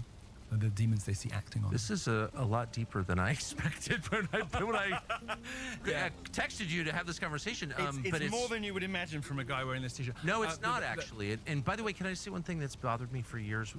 When I was a child, there was a lot of creativity coming from gay men in the United States. Like they it's all gone now. I know. And it's Dave Rubin is responsible. Not him personally, but I mean like. But do you know what I'm talking about? I mean, of course. And why? Because a lot of free thinking, and I was related to one of them, and I spent a lot of time in my house, lived in my house when I was a kid, and gay, died of AIDS, you know, and had a lot of problems. But I will say, creative, free thinking, like truly free thinking. Gore Vidal was like the archetype. This is Burkean. There are no Gore Vidals in gay world that I'm aware of. They're all like conformists and supporting the man. Like what? Well, the only ones these days are ex-gay. But do you know what I'm talking about? Yes, and it's Burkean. It's because creativity arises out of order. There has to be limits, and if homosexuality is not proscribed as wretched and kept at the fringes where it belongs, creativity dies. And what do you get? Because you don't have those people playing with the limits. You don't have the taboo breakers. You don't have the artists, the creatives living at the limits of society. They're brought instead. And I think the gay community, such as this, is one of the least creative, most conformist elements of our society. I never thought I would say that. They've become the enforcers, just like... They're the enforcers. They're the Praetorian Guard for Apple and Microsoft. Like, what the hell? Just like the white women of folklore who, you know, are responsible for all evil, but they become turbocharged, you know? Okay. And it's the white women who welcome in the white single moms, typically, but single moms generally, I think, who bring in a drag queen story hour. Because there's no gay people like banging down the door. That's right. There's no gay people so like, true. Excuse me, can I come read to your kids? Do you mind? Can I come read stories to your kids? Like, no, they're not. They're not. But there are demons out there who will come do it if you invite them. Because what do you have to do with demons? Open a portal, open a doorway, you know? So yes, I do. These women open the doorway and in comes, you know, 3 little pigs. But the gays now have taken this role. They've taken the mantle over from, you know, what we used to. We used to say it, didn't we? We used to say white single moms are the root of all evil, like as you know, kind of half joking, because of all the crazy stuff they support. But now it's homosexuals. I have to be honest with you. I bear some responsibility for this because it was me 10 years ago mainstreaming homosexuality into the Republican Party is the great regret of my life, more so than anything I've done to my own soul, which is a lot. It's the great regret of my life because it has given rise to horrors I never imagined. Let me say, Lenin said, all revolutionaries come to hate their children. Well, the gay horrors that I've given birth to, Lady Marga, Nick Fuentes, they keep me up at night. They keep me up at night. Why'd you mention Dave Rubin? What's his role? Well, because he is at the vanguard, along with another of other gays in public life, of introducing children into the equation. Because it's when you do what I did, which is like gays just like everyone else, you be a normal gay. I remember, and this is the thing I regret more than anything else in the world. There's a video of Ross Matthews in 2017 on Twitter saying, "So I came home and landscapers have been in. We're getting more citrus. You can never have too much citrus." And people were asking me, "Ross, what do you think about this Milo guy?" And I'm like, Milo, how low can you go? I don't know who this person is, but I read it.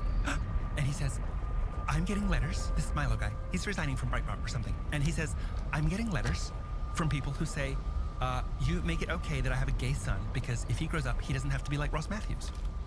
And I was like, no, they should be like Ross Matthews. They should be like Ross Matthews. They shouldn't be like Dave Rubin. Like you might not even know unless you watched him for a little bit, because this domesticity of homosexuals has killed all the things that were good about gays that made them like tolerable, and instead has given them this grotesque parody, this simulacrum of domesticity, which has of course in their never-ending hunger expanded to include babies. And now we have the Buttigieg couple buying black children. I thought you weren't allowed to buy people. I thought. Oh no, you can if you're homosexual. But I thought that was called adoption or surrogacy or whatever. But you can buy them. I thought it was called slavery. In fact, you have to buy them because it's really, and it's quite expensive. Some online slave market, or doesn't cover? No. It's the government. And as you know, but Dave Rubin has like Frankensperm babies. Like he mixed his effluvia with that of his husband. I mean, this is real. This is physical. Gave it a stir and hoped for the best. And like, whichever one we get. Implanted it in some highly paid woman we'll never know the name of, the real mother of those children. He and his catamite are on the internet, with these signs like "it's coming" with these two dates, and I'm like, yeah, your damnation. That's the date you're counting down to. The date you're. How is that conservative? Oh, because it's family, you see. Because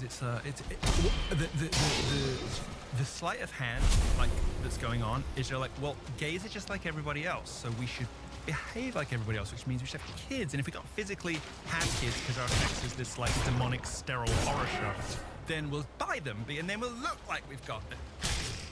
I mean, that's how bad it is. That's how bad it is. And so you have the.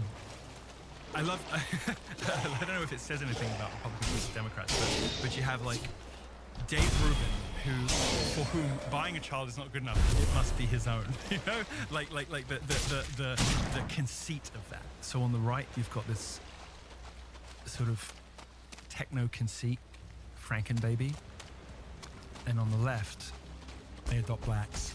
You've got these two wispy, wiry faggots who adopted two black babies. I mean, isn't Buttigieg just the most interesting character of our age? He doesn't look like he looks like an intensely boring homosexual, like it's everything gay people shouldn't be. But it's so interesting the fact that, clearly he wasn't gay, like at the beginning. Well, he had girlfriends. Right. So he wasn't gay, but he made himself gay. I made that point because actually I had gay men who worked for me who were more in tune with this than me. I'm not in tune at all. I thought Buttigieg was a joke, but they said, well, he's not really gay. And I was like, no. So what does that mean? Well, his sexuality, like all homosexuality, is a function, a product, a symptom. What is his homosexuality a symptom of? It's of his vaulting ambition. Buttigieg timed it perfectly so that post-Obama, the gay guy with the black kids, perfect presidential candidate. So I think to the heterosexual brain, it's like, are you really saying a guy would switch his, quote, sexuality in order to get a better job? Yeah. Yeah. Women do it all the time. Lesbianism, it's got nothing to do with male homosexuality. Just look, everybody knows they got a college girlfriend who was they got a girlfriend who was a lesbian in college. Yeah. Everybody. Like, you can barely find a woman who hasn't played around with a woman. Queen Victoria didn't believe that this was sex or that two women would do that with one another, and she refused to accept that women even did that, very wisely, realizing that lesbianism wasn't real. And so lesbianism wasn't illegal in Britain for a long time when male homosexuality was. But female sexuality is known in the studies to be far more malleable. Women go backwards and forwards to men all the time. And you know, lesbianism is like is a social and political decision. It's a series of social and political decisions. And women want companionship, they want stability, they want safety. They can find that in a woman, you know, like you can find that. Damn, look at the sword. You can find it in an American man these days. What? Look at the sword, bro. Damn, that shit killed that fool in like 2 hits. Sorry. That leather jacket's got to go for something. You know, the warehouse bit of eyeliner you've got. No, I joke, but only slightly. We've seen women do it. They do it all the time. They choose to be lesbians all the time. So you don't find it. You don't find the. I realize there's a trick that I've noticed that's very useful with the archers. Whenever you're dealing with archers like that, just hide behind a tree. If you hide behind a tree, they'll have to come for you, which is kind of funny. Be anything. I mean, are you telling me like?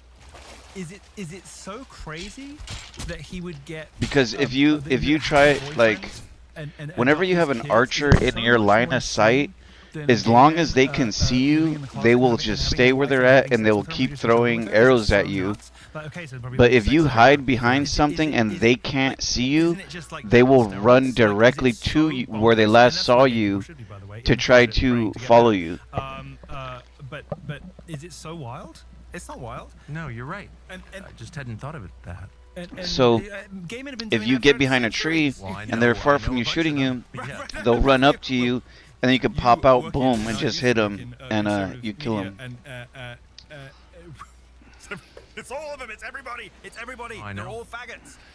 They're all gay. All of them are gay. All of them are gay. Like, everyone is gay. I haven't said anything about it for like 30 years just because of my just general Anglo commitment to not get involved in other people's business. But it's so noticeable. I just don't know what. Clearly, there's something going on here. Yeah, I think it's the exercise of power of brothers, as we talked about. But really smart. Because he's. We need these. Misjudged, but only slightly, what would be required to be the perfect presidential candidate, like in 2028, 2024, right? And he starts off and he's got girlfriends, he's in the military. He's living a normal, like, American life. And then, chase him. I mean, like, if you want to, they say that ex-gays often go for like Near Eastern women because they're not sexually demanding and they look like boys from behind, you know, like sort of Malaysian girls, you know, when they come to have wives. But isn't chasing kind of like the closest thing you can get to a girl? Closest, you know, sort of, if you need a simulacrum of a woman, you know, flip him over, it could be a girl, you know. I don't think I know what chasing looks like. You're blessed. His husband is. If you don't know that, then you might know the expression "aged out twink." Or, he's about as the most effeminate man that you could. Oh, is that true? Yeah, not in the kind of like. So there's. Whereas Pete has that kind of fake radio voice, like whoa. Yeah. So you know, yeah. So you know, and it is a fake voice because you can find recordings of him earlier, and he's got more into it the more gay his life has become. Really? Yeah, like the bass. The diaphragm. It's like, yeah.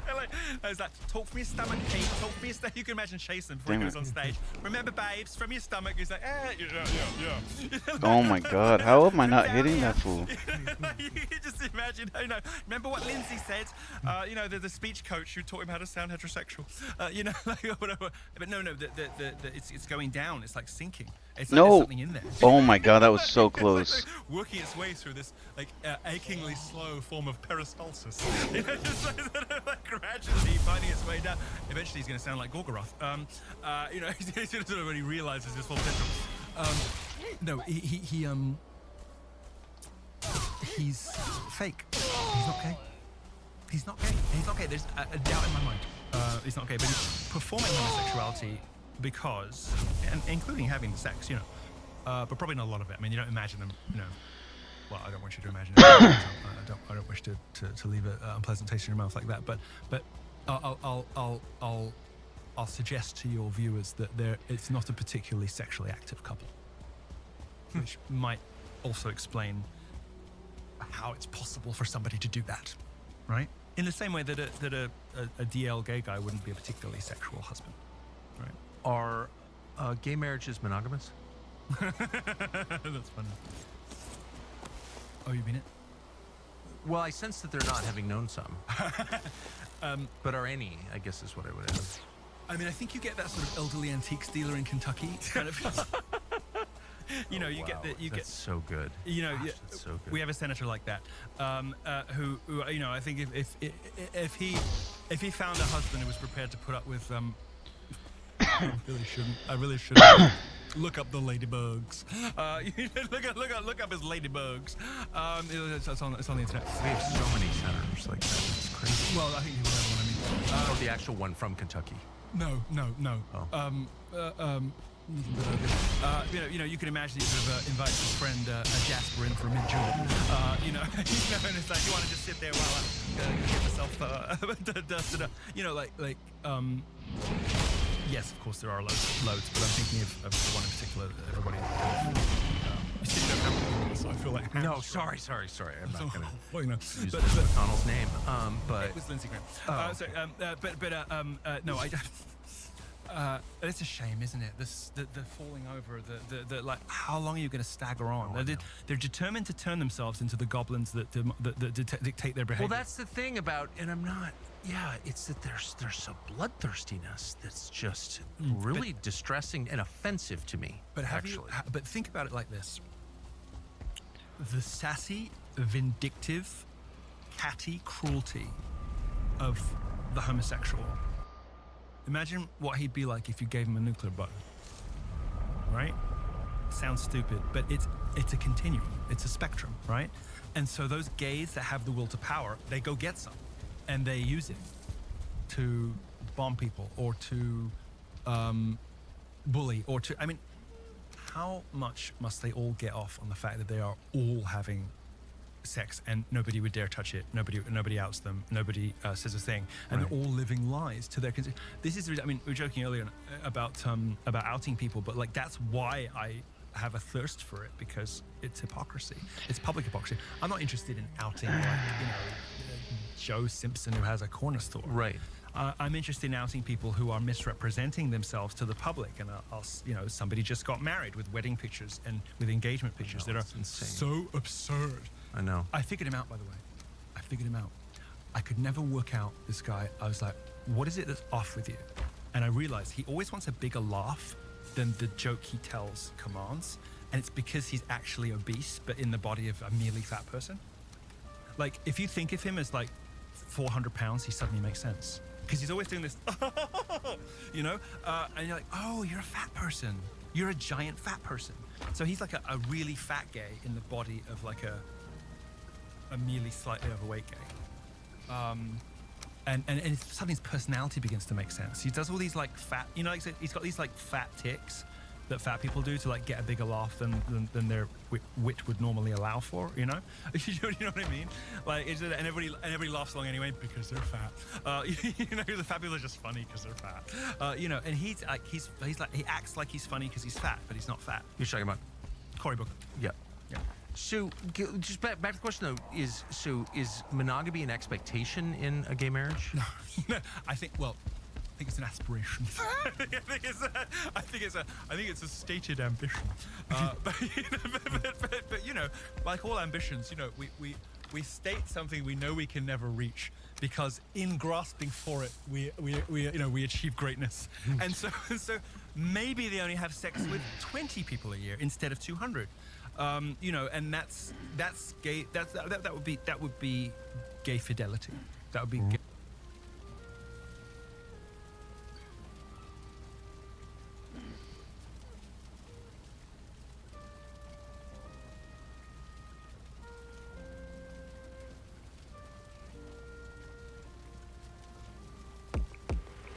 David runs through the entire my case, God. and he's written like 8 books. I forget the name of this one, but there's one of his books. We can pull it up. David Satter, Apartment Bombings book.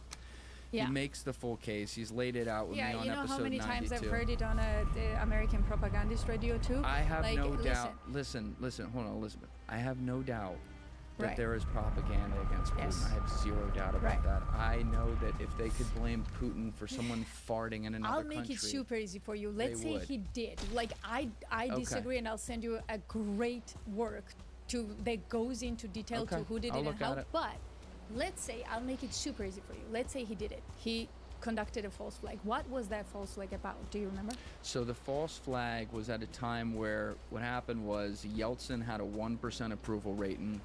Putin was the number 2 in charge towards the end. He had a 1% approval rating as well. Yeltsin gets on the phone with Bill Clinton and says, "Hey, I'm going to introduce you to my number 2. He's going to be the next president." Right. Clinton's like, "The fuck are you talking about? You're about to be put on trial by your people if you lose power." Then the apartments fall down. It then is blamed on the Chechens. They start the Second Chechen War. Putin becomes the wartime leader. He moves up the election. Yes. You know, this is Yeah. a Democratic leader Right. moving up Who in said Democratic leader? Putin was whatever. never a Democratic leader. You understand? What? You understand what I mean? Like when the Yeah. when the connotation is like I So- shouldn't say so- Democratic. But you understand what I Yes, mean? yes. Like it's supposed to be a Democratic Right. election. Okay. Okay, I'm sorry, yeah, I misspoke. yeah. But like moves up the election while he's a wartime leader Right. and his Right. Right. polls went up to 55%. Right. Wins the election, then basically never gives up power. Like Yeah, 1 so- plus 1 yes. plus 1, and Yeah, then when you look at the actual and- evidence in the towers, Yes. like Okay, so here's the thing. I told you I'll make it super easy for you. Okay. Let's say it was the red flag operation, a false flag operation, right? Okay, great. So that operation happened so that they could have an excuse to go into Chechnya and start another war, okay? So the question is, was Chechen war, out looking at now where we are, correct way to do things or not?